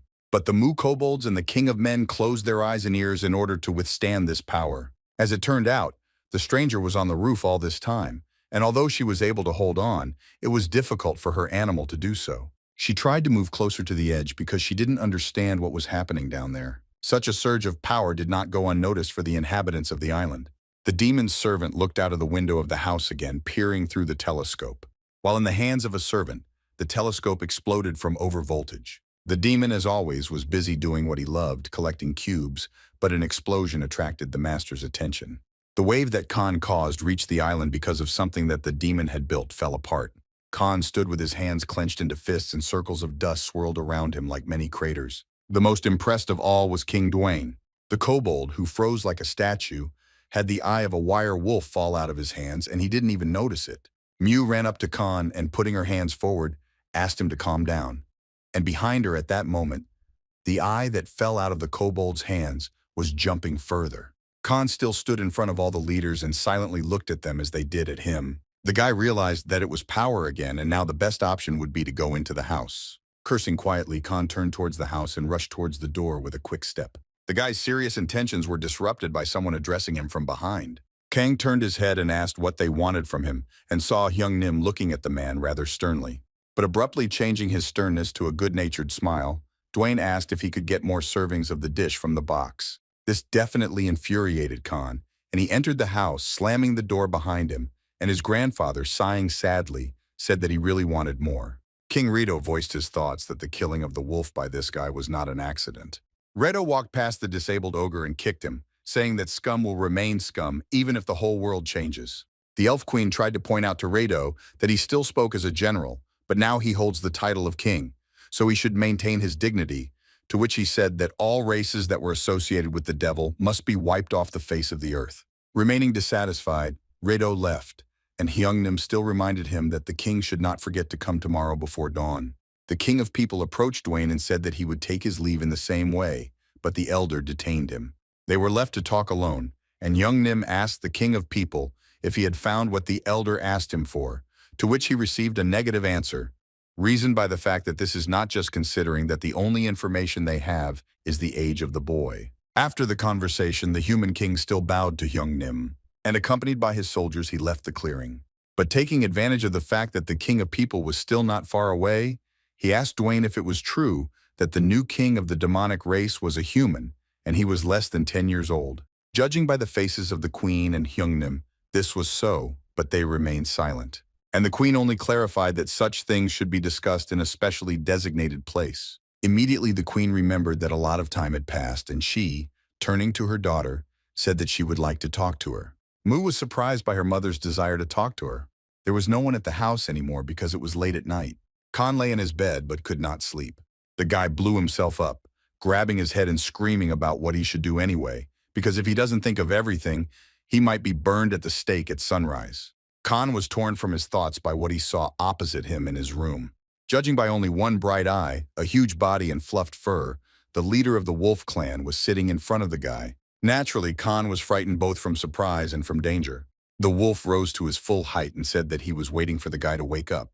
The wolf explained that although the guy who killed committed many atrocities on the orders of the Demon King, he was part of their family. Khan inquired about the outcome of everything he had just heard, for which the wolf apologized in advance for his rudeness. And telling the guy nothing personal, he pointed his huge fist right at him. Khan has already seen so much, but every time he looks at such an attempt on his life as if it was the first time. The blow hit the bed just as the guy jumped away from it like a ball. Khan, landing on the floor, swore at the wolf. What the hell is he doing? Because he apologized for his relative and now he's acting so hypocritically. But immediately in his head he denied it because the wolf waited for the guy to wake up. The guy continued the conversation with the wolf, saying that since he decided to take revenge so suddenly. Khan stood up in defense and ended his address to the wolf with the word forward. Khan looked his opponent in the face with complete readiness, to which the wolf did the same and reacted approvingly. But Khan, as if nothing had happened, lowered his hands as during a normal conversation and explained something to the monster. Namely, the guy explained that although he said that he was ready to fight, it was better for them to change the place of battle and pointed his finger at the clearing. The wolf silently looked at the man and thought about his words, after which the monster simply answered well, which surprised Khan because his opponent easily agreed. The wolf turned to the exit, but due to his size, he hit his head on the ceiling and began to destroy the guy's room, to which he asked the monster to go out more carefully. The wolf again answered well, but after trying to get out, he laughed and asked how to get out, to which Khan, unable to bear it, screamed. The Elf Queen made sure that, as she said, there was a secluded place for conversation and took out a seed that glowed like a firefly. Mayu looked questioningly at her mother but said nothing. The queen placed the seed in the ground, deepening it a little. Miu and Hyungnim carefully watched what would happen next, but still misunderstanding was visible on their faces. In an instant, a tree began to grow from a small seed, stretching its branches higher and higher. The tree was approximately the size of Khan's house with powerful roots and branches. Among the bends of the tree, the entrance to the inside of its trunk lit up, and the queen invited everyone to go inside. Hyungnim complimented the queen, emphasizing that she was quite talented, and Miu in turn thought to herself that this was quite expected from her mother. An elven guard stood in front of the tree so that no one else would come inside. The queen sat at the table and looked at the scroll, and the father still could not stop admiring his daughter. The queen, looking at the scroll in front of her, which had a gaping hole in the middle, concluded that it was definitely made from the birch bark of a sacred tree. She also added that the scroll was similar to the one she brought with her, which also had a hole burned through it. Mu noticed that the scrolls looked exactly the same, and did not notice how her father could not get enough of the meeting. King Dwayne looked at the two identical scrolls and thought out loud that the tree had suddenly disappeared from the map, and tried to understand why this happened. Mu stood up with excitement and turned to her grandfather and mother, with the words that she had read from ancient books about the impossibility of a tree to disappear because it would take root in any case. But the mother interrupted her daughter and pointed out that they saw someone uproot the sprout. Mu couldn't agree, but she also couldn't deny the fact that the sprout was being uprooted because it was so. The queen said that over the past 1,000 years there have been many large and small battles, and the balance of the world was maintained by two sacred trees that balanced the forces in the east and west. Young Nim added on his own that with the killing of the demon, the tree in the east was destroyed, and now there is only one left in the west. Mew, very worried, asked what to do now. Grandfather replied that if the last tree was destroyed, great chaos would ensue and the era would come to an end. Mu stood at the table and there was silence in the negotiation room.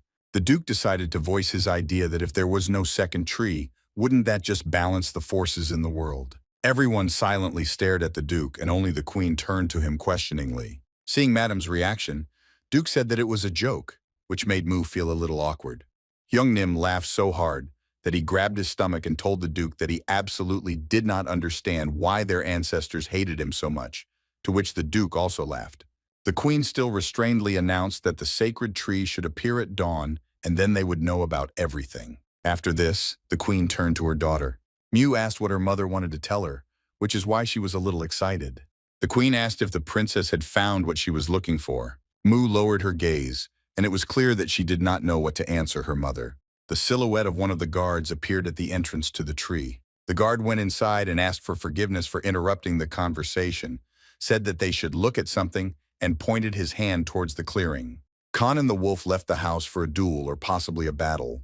When Khan realized that he had begun to move further away from the house than he could, he stopped the wolf, to which the wolf replied that there was space that the man wanted so as not to affect his house. Khan thought to himself that the wolf said everything correctly, but remembered the distance within a radius of 10 meters from the house where he could use the force.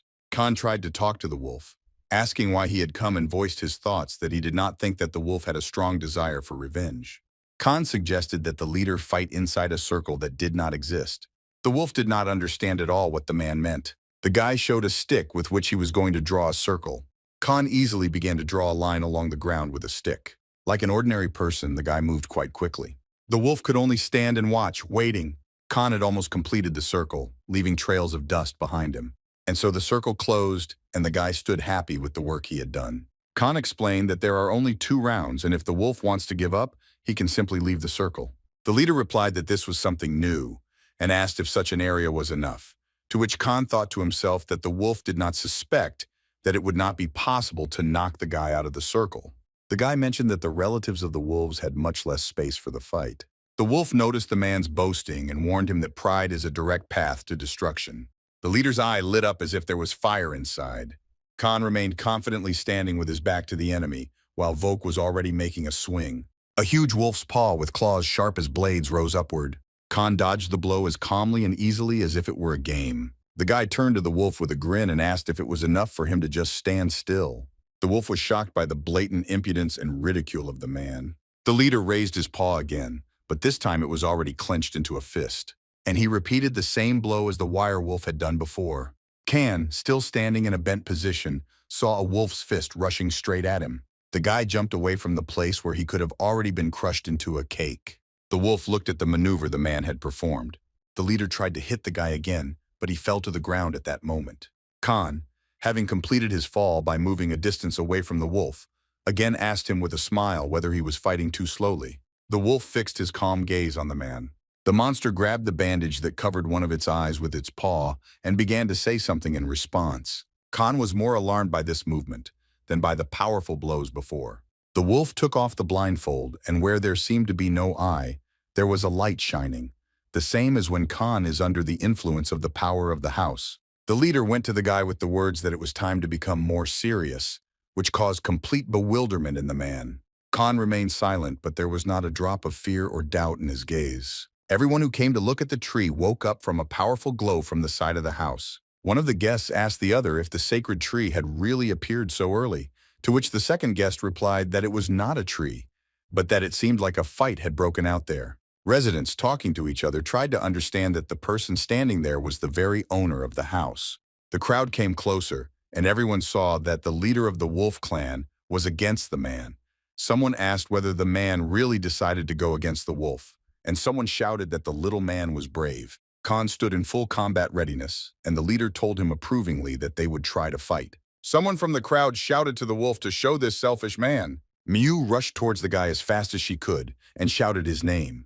The queen and Hyungnim watched what was happening, and grandfather said amusingly that this was an interesting sight because he was always interested in learning about human strength. The princess shouted that the battle must be stopped right now. King Dwayne asked Mu not to worry so much because he was sure that the wolf would not harm the boy. The princess shouted that it was not Mr. Khan that she needed to worry about, but she did not have time to say who this person was. Khan activated the power and red lightning appeared from his hand, and when Mai saw this, she was already horrified because she remembers how it ended. Khan did not have time to use the force and had to jump away from the place where the wolf struck. The guy instantly reacted to the movement from the side. Another fist of the leader was rushing towards Khan when Khan had just landed after the last blow. The man managed to move from the place where the blow was planned to be struck. Khan successfully dodged this powerful blow from the leader. The guy remained behind the wolf, continuing to slide along the ground after the jump. The man concluded for himself that after removing the blindfold, the wolf became much faster. The clan leader, in turn, also thought to himself that this man was unusual and could not believe that the guy managed to avoid the attack. But despite this, the wolf considered the guy clumsy, as if he was using his strength for the first time. The wolf turned to the man with words of misunderstanding of how he was able to defeat their relative. The monster bared its claws, which sparkled as if they were made of steel. The leader, developing speed, rushed towards the guy, putting his paw with claws in front of him. Khan, seeing this, realized that the matter would be more complicated than with the previous wolf. The guy barely managed to dodge this blow, and it hit the ground again. How immediately the second paw with claws was already flying toward the person. The young man confidently told his opponent that no matter how much he tried to attack, he would not succeed. The wolf's words about pride leading to destruction took their toll, and the guy, not seeing a hole in the ground, twists his leg. Khan begins to lose his balance and fall backward, clearly not expecting such a trick. The guy's gaze still catches the next movement from the enemy. This time the leader took Khan by surprise, and those same claws passed close to the man's body.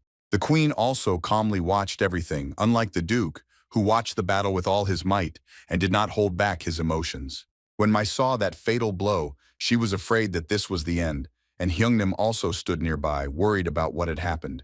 Khan, like a statue, stood in place and could not move after the blow inflicted by the wolf.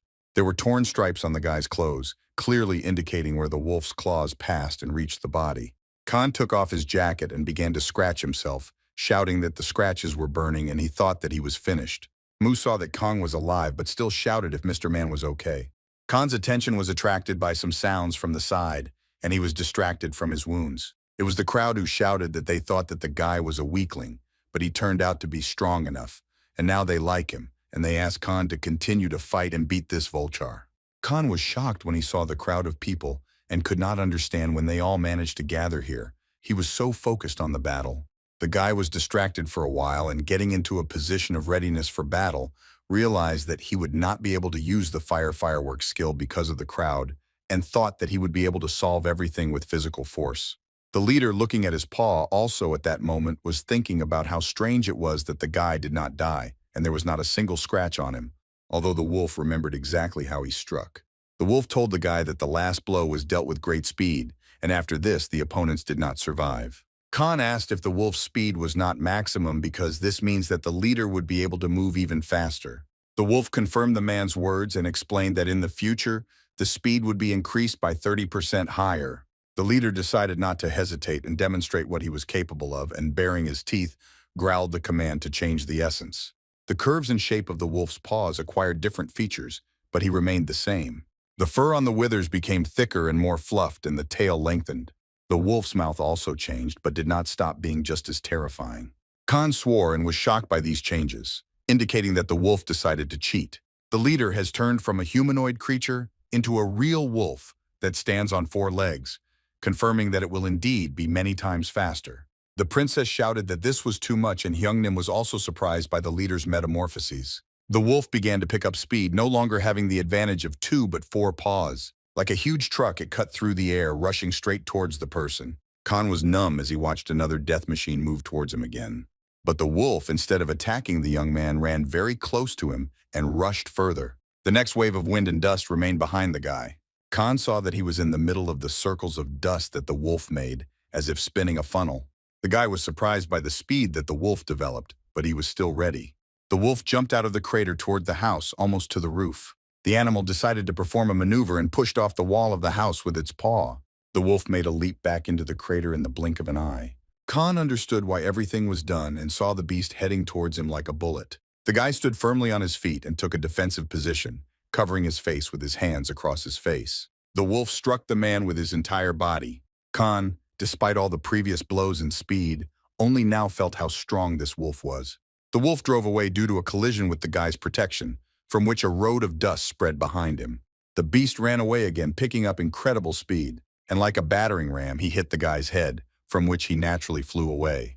Mu couldn't find a place for herself and shouted out the master's name every time. Khan wiped his face from sweat and dirt and realized that he couldn't cope with the spider last time, and it wasn't even close to the wolf. Growling menacingly, the wolf told the guy that it was time to end this. Khan decided for himself that he was not going to give up at all, and he had no choice but to use force, and his hand was already ready, sparkling with energy.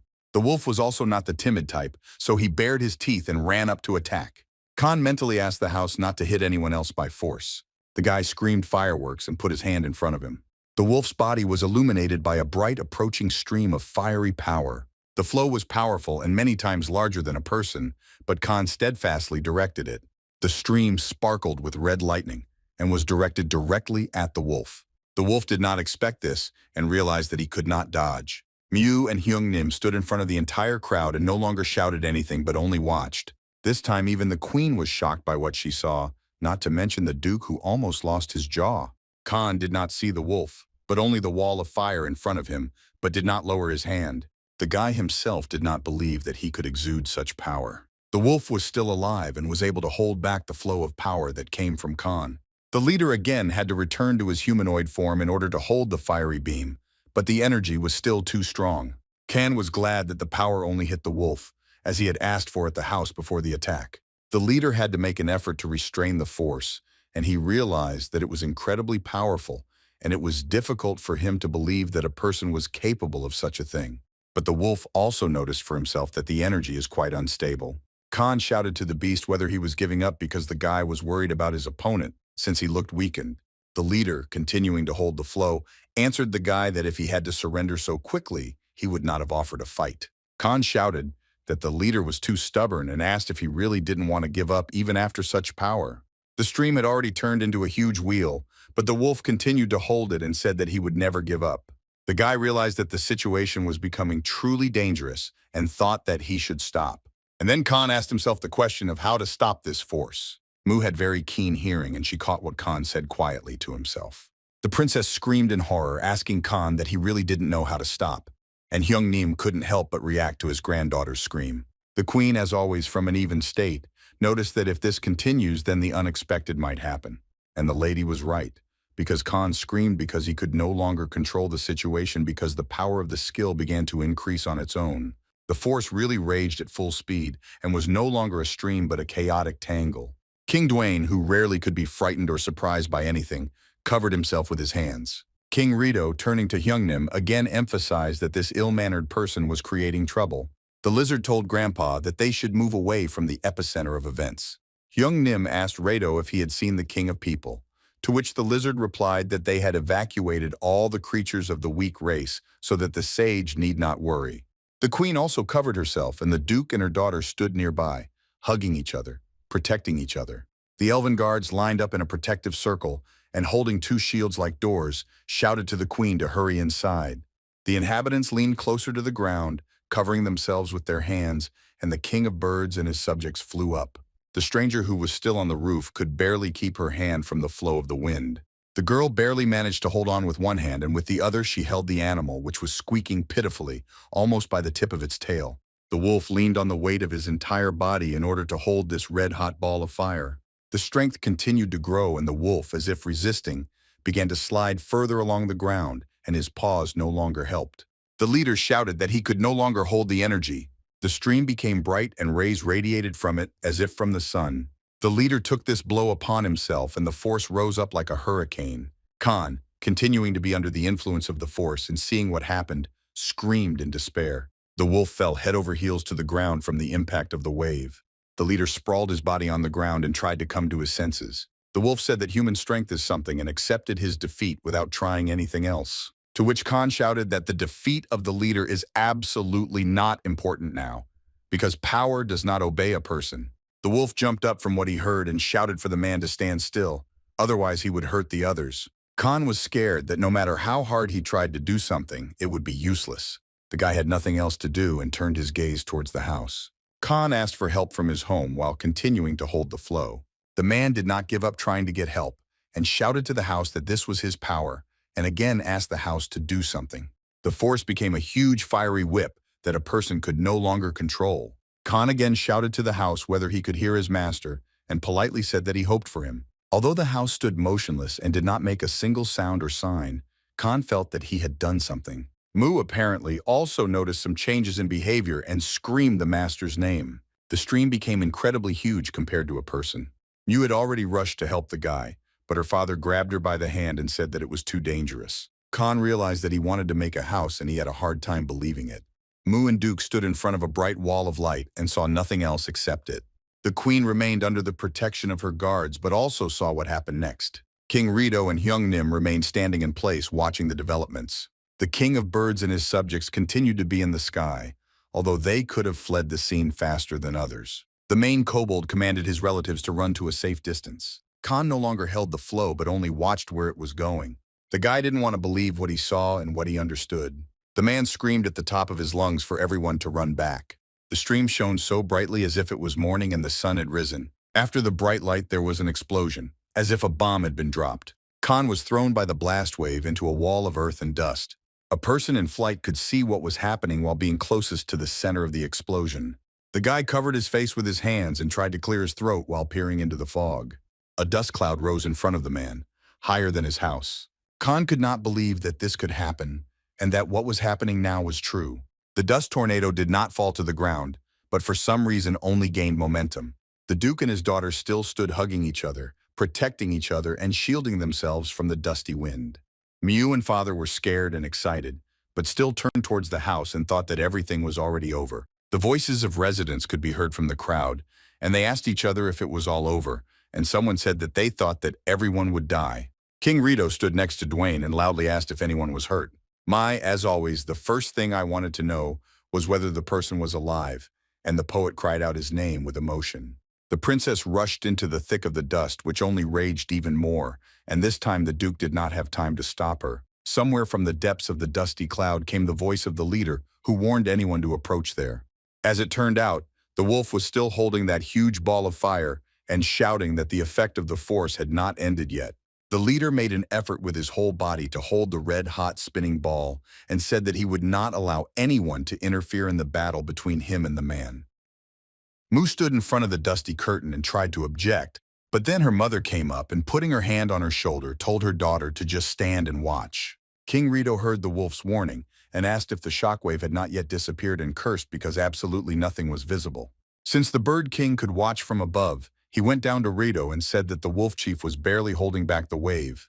Hyungnim, as always, looked thoughtful and came to the conclusion after what the King of Birds said that if the clot of power explodes, then everyone could die. King Rito cried out that this was impossible. Could an ordinary person do such a thing? The King of Birds turned to Dwayne that they needed to be careful and apparently wanted to say something about this power that Hyungnim would understand, but he didn't say anything. The still thoughtful King Hyungnim stood calmly, as if there was no blast wave next to him that could destroy everything that was in the immediate radius of its action. The kings and queens stood in front of Hyungnim and waited for some kind of answer or solution to the problem from him. The fiery wheel became twice as large, but the wolf still held it.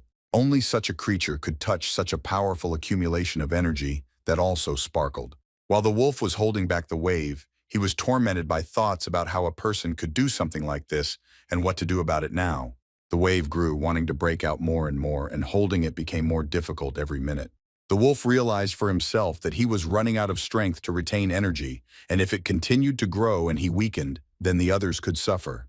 The wolf turned his attention to the direction where the guy stood. Khan stood to the side with his hands down, literally and figuratively, because he had never encountered anything like this before. For the first time, the guy couldn't control the force and didn't know what to say or how to help. The wolf became angry because he did not understand what kind of incredible power could be created by such a boy. The leader leaned forward with his whole body, straightening his powerful paws, and his strength, as if sensing this stubbornness, only sparkled more. The wolf felt that the energy was alive and he was fighting with it, and not with the guy as it should have been initially. No matter how powerful the clan leader was, the force grew more and more and began to move him so that his paws were already sliding on the ground. The wolf felt his displacement and said, as if turning to force, that he needed a little more time and he believed that the shock wave should gradually subside.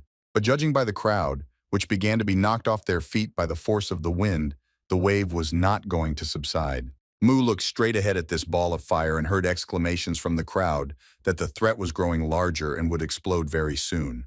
King Dwayne, soberly assessing the situation, told everyone that the leader would not last too long. And this really was so, because from where the wolf was, one could hear his curses from a state of hopelessness. King Rito realized that the matter was rubbish and turned to the crowd and shouted to everyone to bend down. All the creatures, even if they had not heard Rito's order, would still have ducked down because the force was destructive and they were too close. The Queen and Mu and the Duke stood behind the shields of the elven guards. King Rito and Hung Nim also fell to the ground, covering themselves with their hands. The explosion was so powerful and bright, as if a new star had been born or a meteorite had fallen to the ground. The wolf did not have time to lie down on the ground or hide somewhere, and as if he were as light as a feather, he was thrown to the side. The wave stretched across the entire clearing and reached the crowd, throwing red sparks. The flash disappeared so quickly that the wolf stood in the middle of the clearing, still holding his paws in front of him, looking around and could not understand whether he was alive or not. Small tongues of flame were already flying above the residents, who were still covering their heads with their hands as a residual from what had happened. The elves also did not dare, let alone come out of the shelter of their shields or even raise their heads. The king of birds and his subjects were in the sky all this time, and King Rito and Hyungnim, like everyone else, also covered themselves with their hands. Khan stood with his mouth open, looking at the sky where the flames were flying, gradually dying out. The wolf and the guy, who miraculously survived everything, stood and watched the sparks that flew around them. Fortunately, everyone remained alive and unharmed, including the house, to which nothing happened. The wolf found his eye patch and frantically picked it up from the ground. The crowd approached the circle of battle and again began whispering to each other whether it was all over this time and whether no one had died, and that, as expected from the leader of the wolves, he had coped. The wolf told the guy who was still standing aside that his hands were shaking so much that he couldn't even put on his bandage. The guy was covered by the huge shadow of the wolf, and at that moment he finally came to his senses. The leader turned to the man with the words that he was outside the circle, and the guy was surprised by the calmness of the wolf. Khan lowered his head and saw that he was indeed standing about a meter from the circle line. The leader asked the man how it turned out that he won the battle.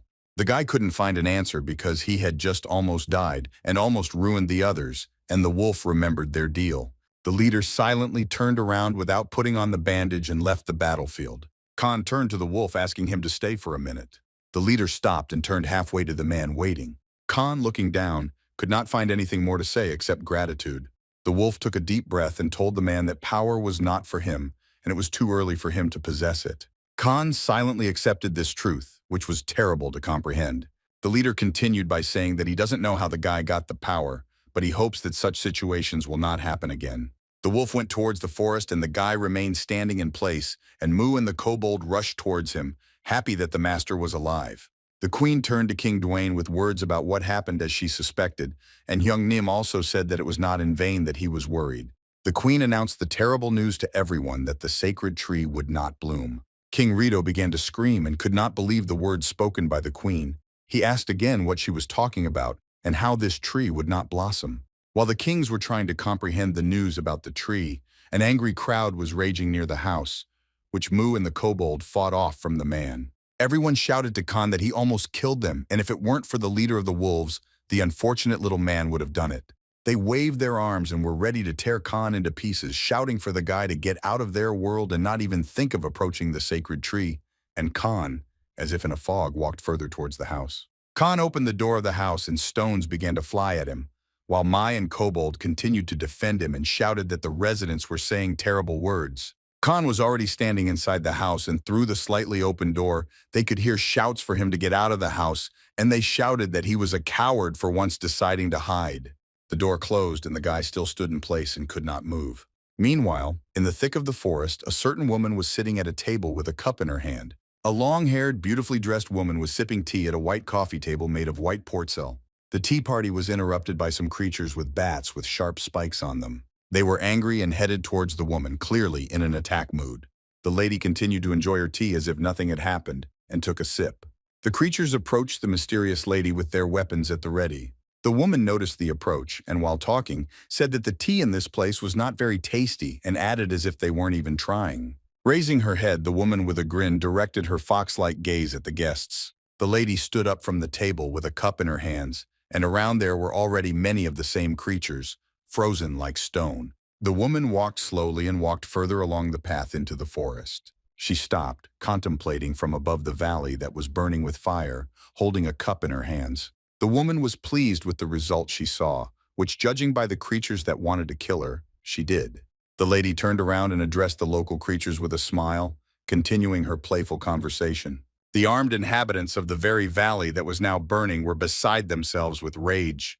They rushed at her, raising their weapons above them and screaming, baring their fangs. The woman remained standing with her back to them, and only smiled at the fury of these creatures. The creatures did not have time to reach them when the shadow of a huge winged monster loomed over them. The monster looked like a dragon, and was so huge that it covered almost the entire sky as if night had fallen. The woman turned around at the moment when the monster hung in the air, and now her confidence was clear. The dragon flew higher and the lady threw out the cup and ironically suggested finding better tea. The morning dawn illuminated the sky, and someone was sitting in front of the house as if guarding something. In front of the house, the main kobold was really sitting like a sultan, leaning on his sword. The kobold was serious and focused on his security mission. Apparently the kobold sat there all night without closing his eyes, so he began to feel sleepy. And from the next bend forward in a half-asleep state, the kobold threw himself up, moving his head to the sides and holding his sword in front of him. Mai, as always, appeared silently and suddenly asked Kobold if he had been on guard all night, which excited the dog. Mayu turned to the window of the man's room and, forgetting his name, began to shout out Gangnam and asked if he could hear her, and then said that fortunately, everyone was safe and sound. The princess continued to call the man by the wrong name and said that everything was fine and asked him to come out when he was ready. Mew and Kobold stood sad because Khan did not respond, apparently upset or scared because of yesterday. The princess turned to the kobold and said that a day had passed since the man locked himself away, apparently due to the fact that the shock was very strong. Kobold and Mai sighed heavily and sat down on the ground leaning on the house, and at that moment, someone nearby chuckled thoughtfully. The leader of the wolf clan with rewound paws was sitting nearby, terribly frightening the princess and the kobold when they turned around to grunt. The wolf asked if he had scared the elf, for which he apologized, and Mew embarrassedly replied that he hadn't really scared her. The leader, having heard the conversation between Mu and Kobold about the shock that the guy received, now said that the shock would not be very good, which the princess did not understand. The wolf tried to explain that a man appeared out of nowhere and defeated one of their relatives, and immediately after that, the Arachine, and this is what the leader heard. The leader put his paw to the bandage on his forearm and added himself to the aforementioned monsters. Rising from the ground, the wolf said that it would be impossible for any other person to have such strength. Now all three of them looked at the window of the house in the hope of seeing a person there. The wolf continued to say that the consequences of a person's use of force will be as great as the amount of force he used, but no one appeared in the window of the house. It remained empty and dark, and the house itself somehow faded and became gray and lethargic, and all the doors were closed, including the one where the guy was. Everyone gathered in front of the clearing where the house stood, waiting for the appearance of the sacred tree. The kings and queens stood in front of everyone, and the guards behind them held the flags of their kingdoms. On one side stood King Rito, and behind him the King of Birds. On the other side stood the Queen of the Elves, and behind her the King of Men. The sun was almost at its zenith, but there was no hint of the appearance of a tree in the clearing. Panic spread among the crowd, and so far only the residents, whispering among themselves, did not understand why the sprout had not yet bloomed and why the tree was not blooming. King Rito also began to succumb to this panic, listening to the thoughts of the crowd that maybe they had chosen the wrong place, or maybe they had mixed up the date. The king of people heard that someone from the crowd answered that both the place and date were correct, to which the question again followed why the tree did not bloom. The residents began to realize that the tree was not blooming because there was a human house on the sacred hill, from which the kings and queen realized that the complexity of the situation was only increasing. King Hyungnim and Queen decided to immediately go to the big tree's meeting room. In front of the tree where the negotiations were taking place, the elven guard again stood. Being away from the crowd, King Rito gave vent to his emotions and shouted to the queen to explain so that he would understand why. 3 days after the promised date, the tree did not bloom. The king of people tried to express his assumption that perhaps they had mixed up the date, to which Rito became even more furious and yelled at the man that this was nonsense and that he should shut up and, getting personal, pointed out to the king of people that he should be honored so that everyone else would allow him to stand here. The elf queen drank tea and absolutely calmly asked Reto to refrain from making rude remarks, after which the bird king, thinking out loud, said what could happen, because of which there is no tree. The leader of the birds turned to the queen with a question, reminding her that she had not once made the same mistake when she withdrew her troops after the disappearance of the former demon king and was seriously injured. Reto exclaimed, remembering that moment, and said how could he forget this because they lost so many comrades and land. Then something dawned on Reto and he asked the queen what she said. But instead of the queen, Hunam answered, repeating the words that the power of the world tree was again absorbed by someone. The human king assumed that this was the new demon king, but the bird king denied this and said that they were closely watching him, and since that day he has not moved from his place. King Rito, being at the limit, shouted, "Who then could it be?" and hit the table. The king of people was shocked by Rito's reaction and said that it was probably time for him to go because he shouldn't leave the empire in its place for long. Rito, turning to the exit, blurted out that they were also leaving since there was no world tree and there was no need for them to cooperate. King Dwayne quietly turned to the queen, asking what they should do if all this was true, to which the lady replied that it was worth observing a little. Having interrupted the heated conversations, the same mysterious lady who destroyed the settlement in the middle of the forest entered the hall and asked if everyone was really gathered here. Already nervous and frightened, everyone was shocked by the guest, and the queen recognized her as someone whom she was clearly not happy to see. The lady smiled and said that they had not seen each other for a long time, pointing out that they were all hypocritical as always. Only King Dwayne, the Queen of the Elves and the King of Birds, reacted calmly, but with caution to the appearance of the guest. But Rito and the King of Men were in shock. The mysterious guest, still smiling, let them all know that she was disgusted by how hypocritical she had already said they all were. King Dwayne stopped pretending to be thoughtful and turned to the stranger. The lady smiled in anticipation that not only the queen recognized her, but Hyung Nim, holding his glasses, quite seriously asked the question of who in front of him had angered the stranger with what. King Rito nervously shouted to Hyung Nim not to say that to someone he doesn't know, and Grandpa in turn said that he was already quite old, so his memory was not very good. The guest, quite tired of these conversations, slammed her hand on the table, drawing the attention of those present to herself. The lady asked again, baring her fangs, whether the old man really did not recognize her, after which she introduced herself as Marianne Antoinette Oscar III. Hyung-Nim remembered who it was, but he couldn't quite believe it, that in front of him was a rather dangerous person. Mariana, seeing her grandfather's gaze, shouted that he understood everything correctly, and after that, pointing her finger at Hyung-Nim, she said that she was his queen.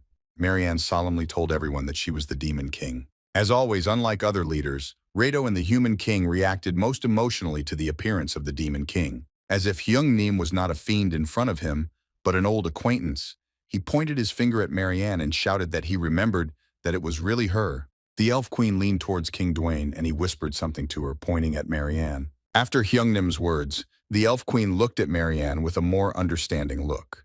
The Lizard King cried out that he also remembered that Mariana was the child of the Demon King who had escaped from the castle and that he had heard that someone had taken the throne.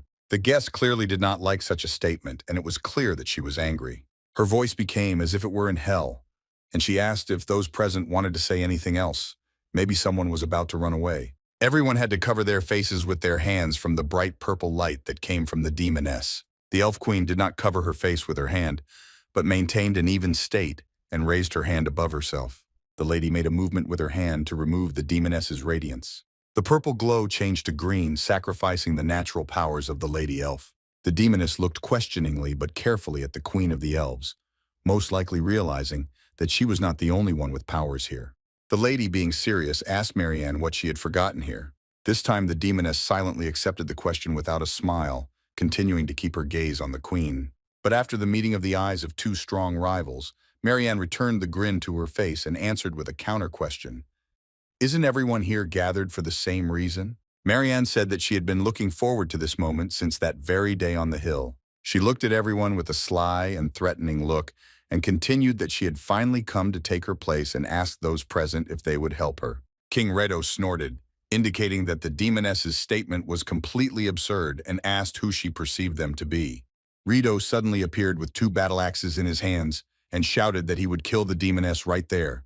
Mariana, clearly having an ace up her sleeve, indifferently asked the lizard if he would really do this. The demoness fixed her gaze on the exit from the tree, and this time asked everyone if they could defeat her. As it turned out, Mariana was not looking at the exit in vain, because the guard who was near the tree was lying writhing in pain. The guards made an effort to get up, but it was no use. Marianne just spread her arms to the sides as if nothing was her fault and stood calmly in front of the leaders. The elven guard rushed to attack the demoness, shouting how dare she do such a thing. But Mariana just stood there and smiled. It was enough for the demoness to snap her fingers and not make much effort to protect herself. The guard seemed to have fallen into a trance, hanging in the air without any movement. King Rito still held axes in his hands and gave the order to the soldiers that they needed help. Marianne replied that this was not important and asked the lizard in surprise if he really thought that she would not have countermeasures. By countermeasures, the demoness meant the dome with which she covered the tree where she and the leaders were currently staying, and the guards did not have access to them. The demoness, sitting on a pile of elven guards, said that unfortunately she was a little different from that person, and by this she meant that she did not like sissies. The kings and queens silently accepted everything that the demoness was talking about now. Mariana was no longer in a playful mood. She took on an angry look and her eyes shone with a purple light, and saying that she would be frank, she asked directly where the power of the world tree was. Meanwhile, there was no longer a waiting crowd in the clearing, and the house was illuminated by the morning rays of the sun. Khan lay immobilized on the floor of his room, and a ray of light barely broke through the closed curtain of his window. The guy lay on the floor and heard Mai, without giving up hope, calling him, even though she was still pronouncing his name incorrectly. Mu called the man and asked if he would come out, trying to arouse his interest by preparing the most delicious food on this earth. And while Maya was shouting that if the guy doesn't try this delicious masterpiece, he will regret it later, the wolf watched her from the window. And even the leader, being a wild beast of prey, after seeing the bowl in the hands of Mu, doubted whether it was really food.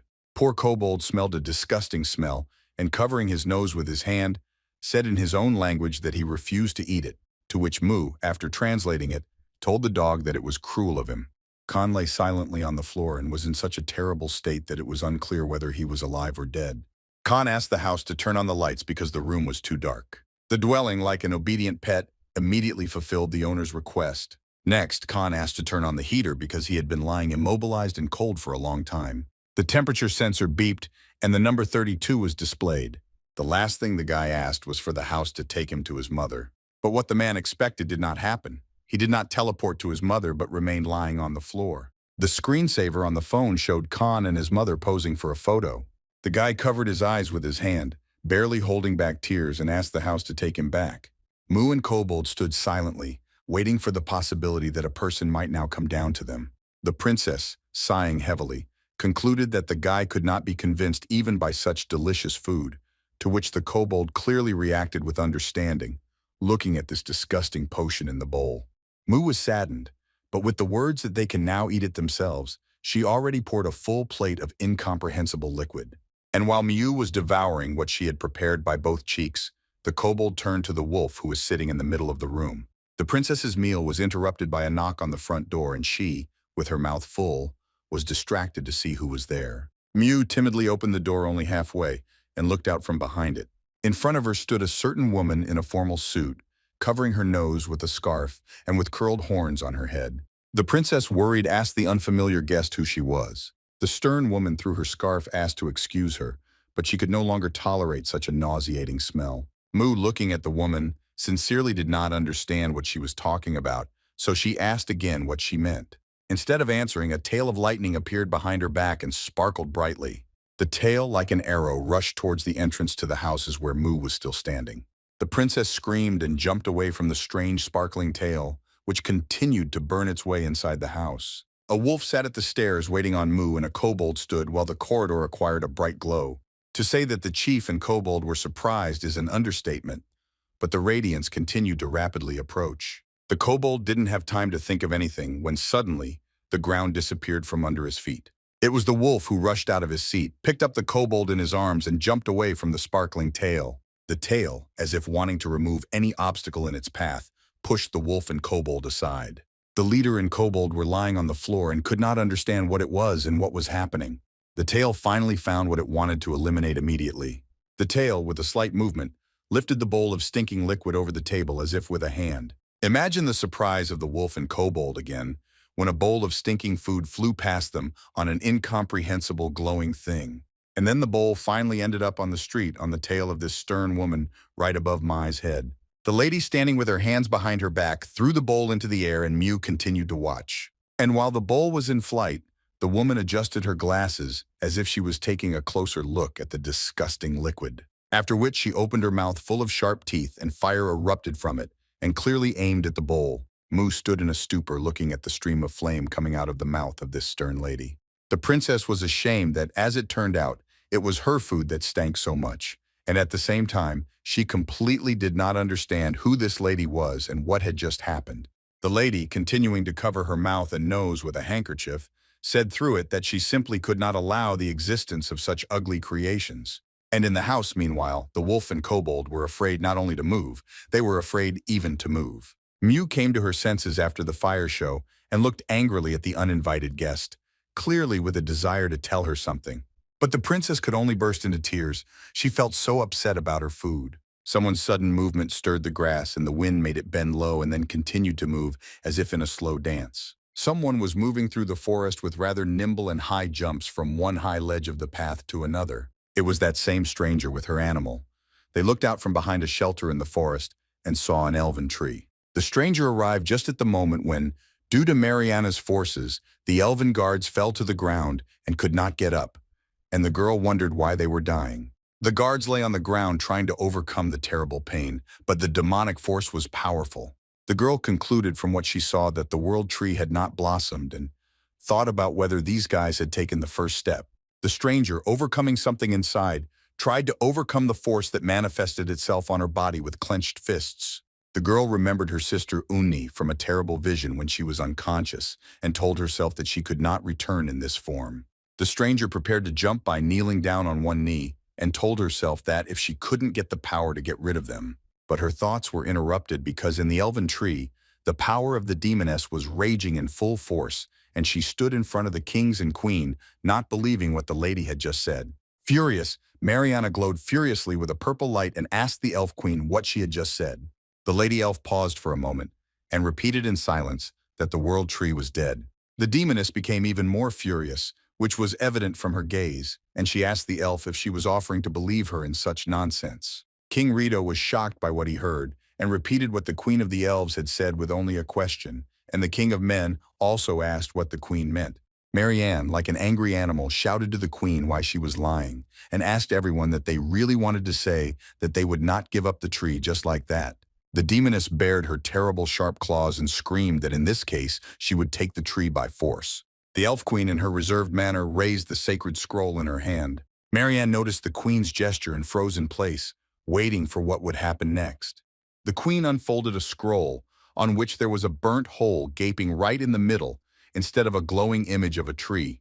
The lady looked carefully at the demoness and asked that she knew what kind of scroll it was. In an instant, both the rage and the smile disappeared from Mariana's face, and in its place was silent misunderstanding and shock at the veracity of what had happened. King Rito also could not stand it, and pointing his finger at the scroll, could not believe what he saw.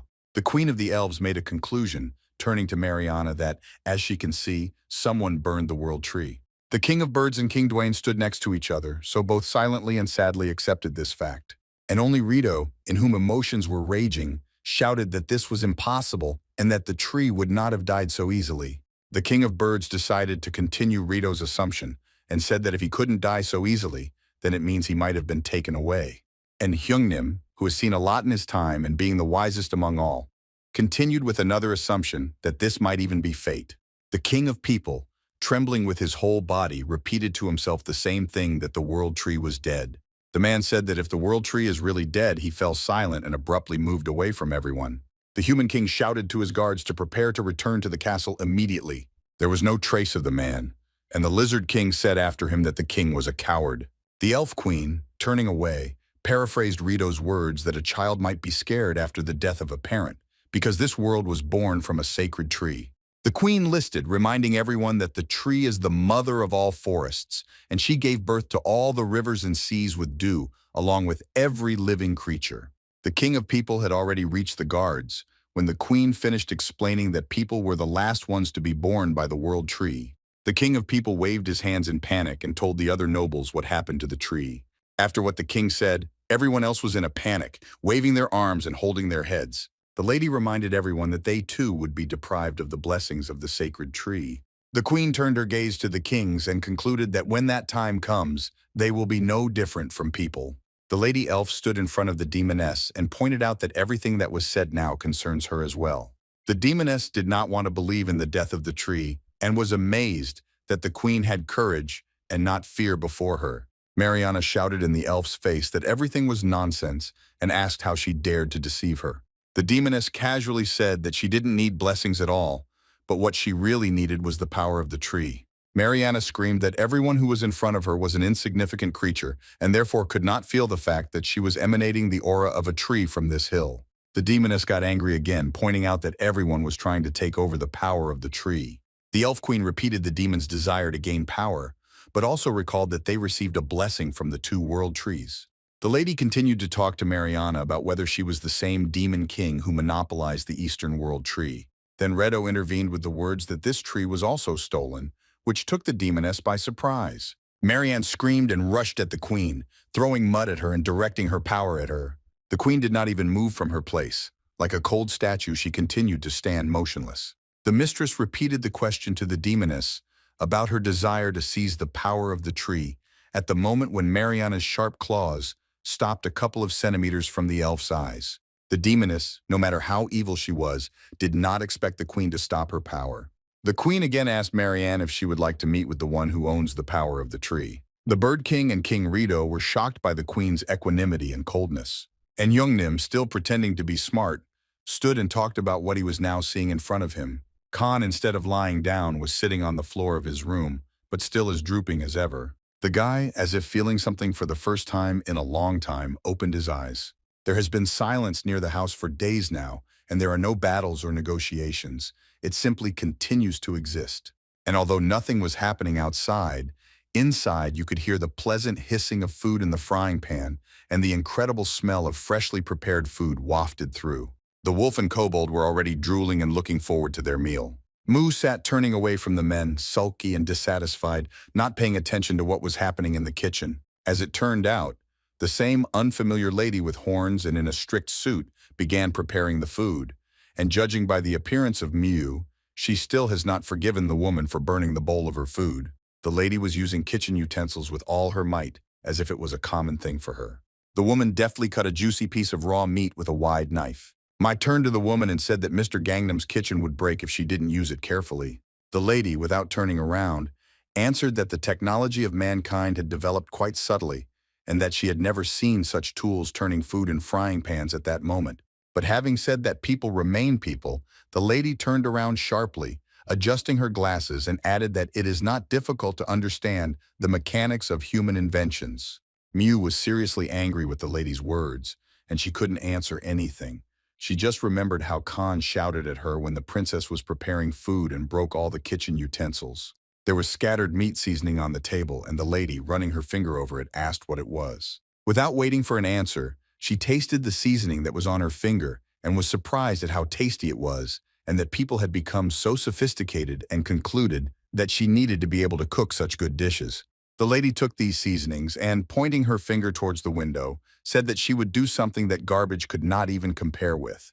The wolf drew attention to the window behind which the wind was blowing the remains of a bowl of stinking liquid, already in the form of ash. The leader and kobold simultaneously thought about Moo's cooking and remembered its sight and smell, and this made them feel uneasy. Moo stood up from the table in indignation and shouted that the lady's words were dishonest and asked if her cooking was that much different. The woman defiantly and silently tossed the food in the frying pan, and it looked beautifully bright and juicy. No matter how much the wolf and kobold wanted to stick to Moo's side, they still agreed with the stranger. Although they didn't even say anything, they just lowered their heads. Everything around the lady suddenly darkened, and her eyes glowed with flame, and she told Mu in an eerie voice that such vile cooking methods as hers should be exterminated. The darkness suddenly disappeared, and the lady turned around and told the elf that she would forgive her for the opportunity to use this wonderful kitchen, and added that she was satisfied, and the kitchen behind her sparkled with cleanliness. Mew slammed her hand on the table and shouted why the lady thought she could say such things. The lady adjusted her glasses and began to answer the princess's question, but could not finish. Mu did not let the lady finish her thought, asking her what she meant. The woman continued to say after Mu's reaction that she was a passing chef. The lady, saying the food is ready, pointed to the table where the food lay appetizingly on the plates. The wolf and kobold were beside themselves with anticipation of such a delicious meal, while Mayu defiantly showed indifference. The lady carried the plates to the table and wished everyone to enjoy their food and indicated that she hoped that the guys would think about their actions. Halfway to the table with plates in her hands, the lady froze because she caught something like a signal or command. And the minute the woman received the signal, she disappeared, leaving behind only steam from the food. All three sitting at the table, although already terribly hungry, were surprised by the sudden disappearance of the lady.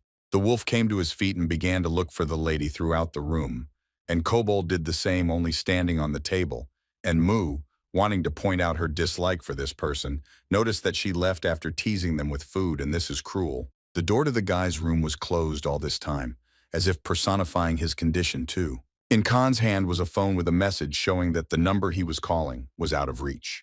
The guy was lying on the floor in a dark room and holding the phone above him, making attempt after attempt to call. Khan, talking with the house, said that he most likely knows that he did not leave the house for several years after that time.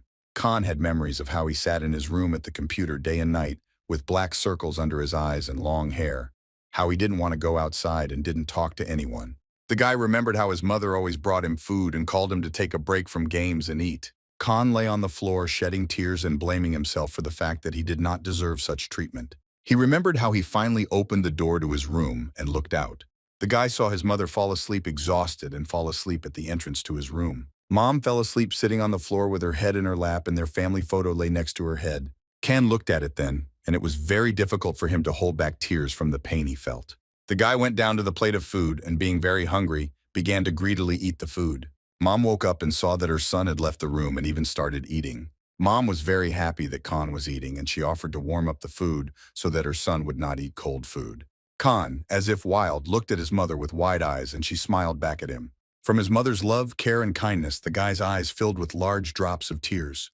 Khan ran back into the room, slamming the door loudly behind him, and Mom remained sitting on the floor. But the mother was still glad to see her son even in this condition, and so quickly. Khan lay further on the floor, telling the house about his condition then, and mentioned that his mother always talked to him even when she didn't see him. The guy again raised the phone above him and said that now he is the only one who cannot talk to her. Khan could not hold the phone in his hand, most likely from weakness and cold, and it began to fall. The phone landed clearly on the guy's face, which made him feel terribly unpleasant. Khan put the phone aside and turned on his side, curling up in a ball and covering his face with his hands. The guy lay there for some time, curled up not so much from physical pain as from mental pain. Khan made an attempt and turned to himself with the words that he was a man, and he could no longer keep his mother waiting. The guy gathered his strength and, taking his will into a fist, said that he could not lie around like this. Khan stood up and firmly stated that he would try again and decided to start by finding a way to control his power. The guy looked at his hand, which was already sparkling a little, and thought that if only he could find a way to adjust the power. But he stopped himself and realized that first he needed to apologize to everyone. Khan touched the wall in his room and said that after he dealt with what he had planned, he would find a way to return. The guy smiled and confidently told the house that he would return home together. Khan was a little alarmed by the fact that it was quite hot in the room, and he asked the house if it seemed to him. The guy told the house that he needed to lower the temperature a little, and then noticed that even through the closed window it was quite bright outside. Khan pulled the curtain back from the window and looked down where some sparks were flying all the way to the window. The house was half on fire, which explained the too hot temperature in the house. Khan did not at all expect that after such a long pause he would see what was below the house. Near the demoness, who was waiting for the appearance of that same man, stood the dragon, who set the house on fire. Marianne knew that her methods were reliable, and was glad to see that once again they worked.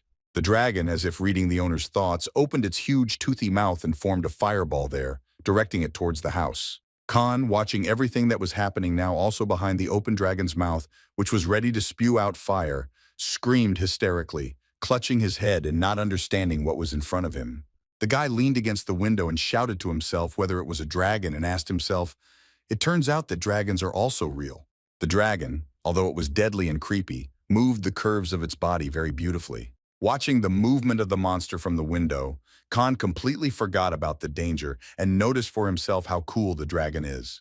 Half of the window opened by itself in front of the guy, which caused the poor guy to panic, and he tried to return his thoughts to where the dragon came from. Due to the fact that the streams of flame were quite strong and Khan was standing close to the window, he was thrown to the side. The demoness stood and watched this pitiful spectacle from below, and Khan tried to clear his throat, covering himself with his hands. Marianne casually turned to the guy asking if he was the thief who stole the power of her world tree. Khan, still covering himself with his hands, having heard what this unfamiliar person said to him, did not understand at all what she was talking about. The demoness was not going to stand on ceremony and said that in this case he should be punished, and with a gesture of her hand she indicated to the dragon what to do. The dragon again opened its mouth for the order, forming a fireball in its depths. Khan, seeing the open mouth of the monster, immediately realized what was about to happen. The dragon released a stream of fire from its mouth directly towards the house, applying the strength of its entire body to it. The fiery blow hit where the front doors of the house were located.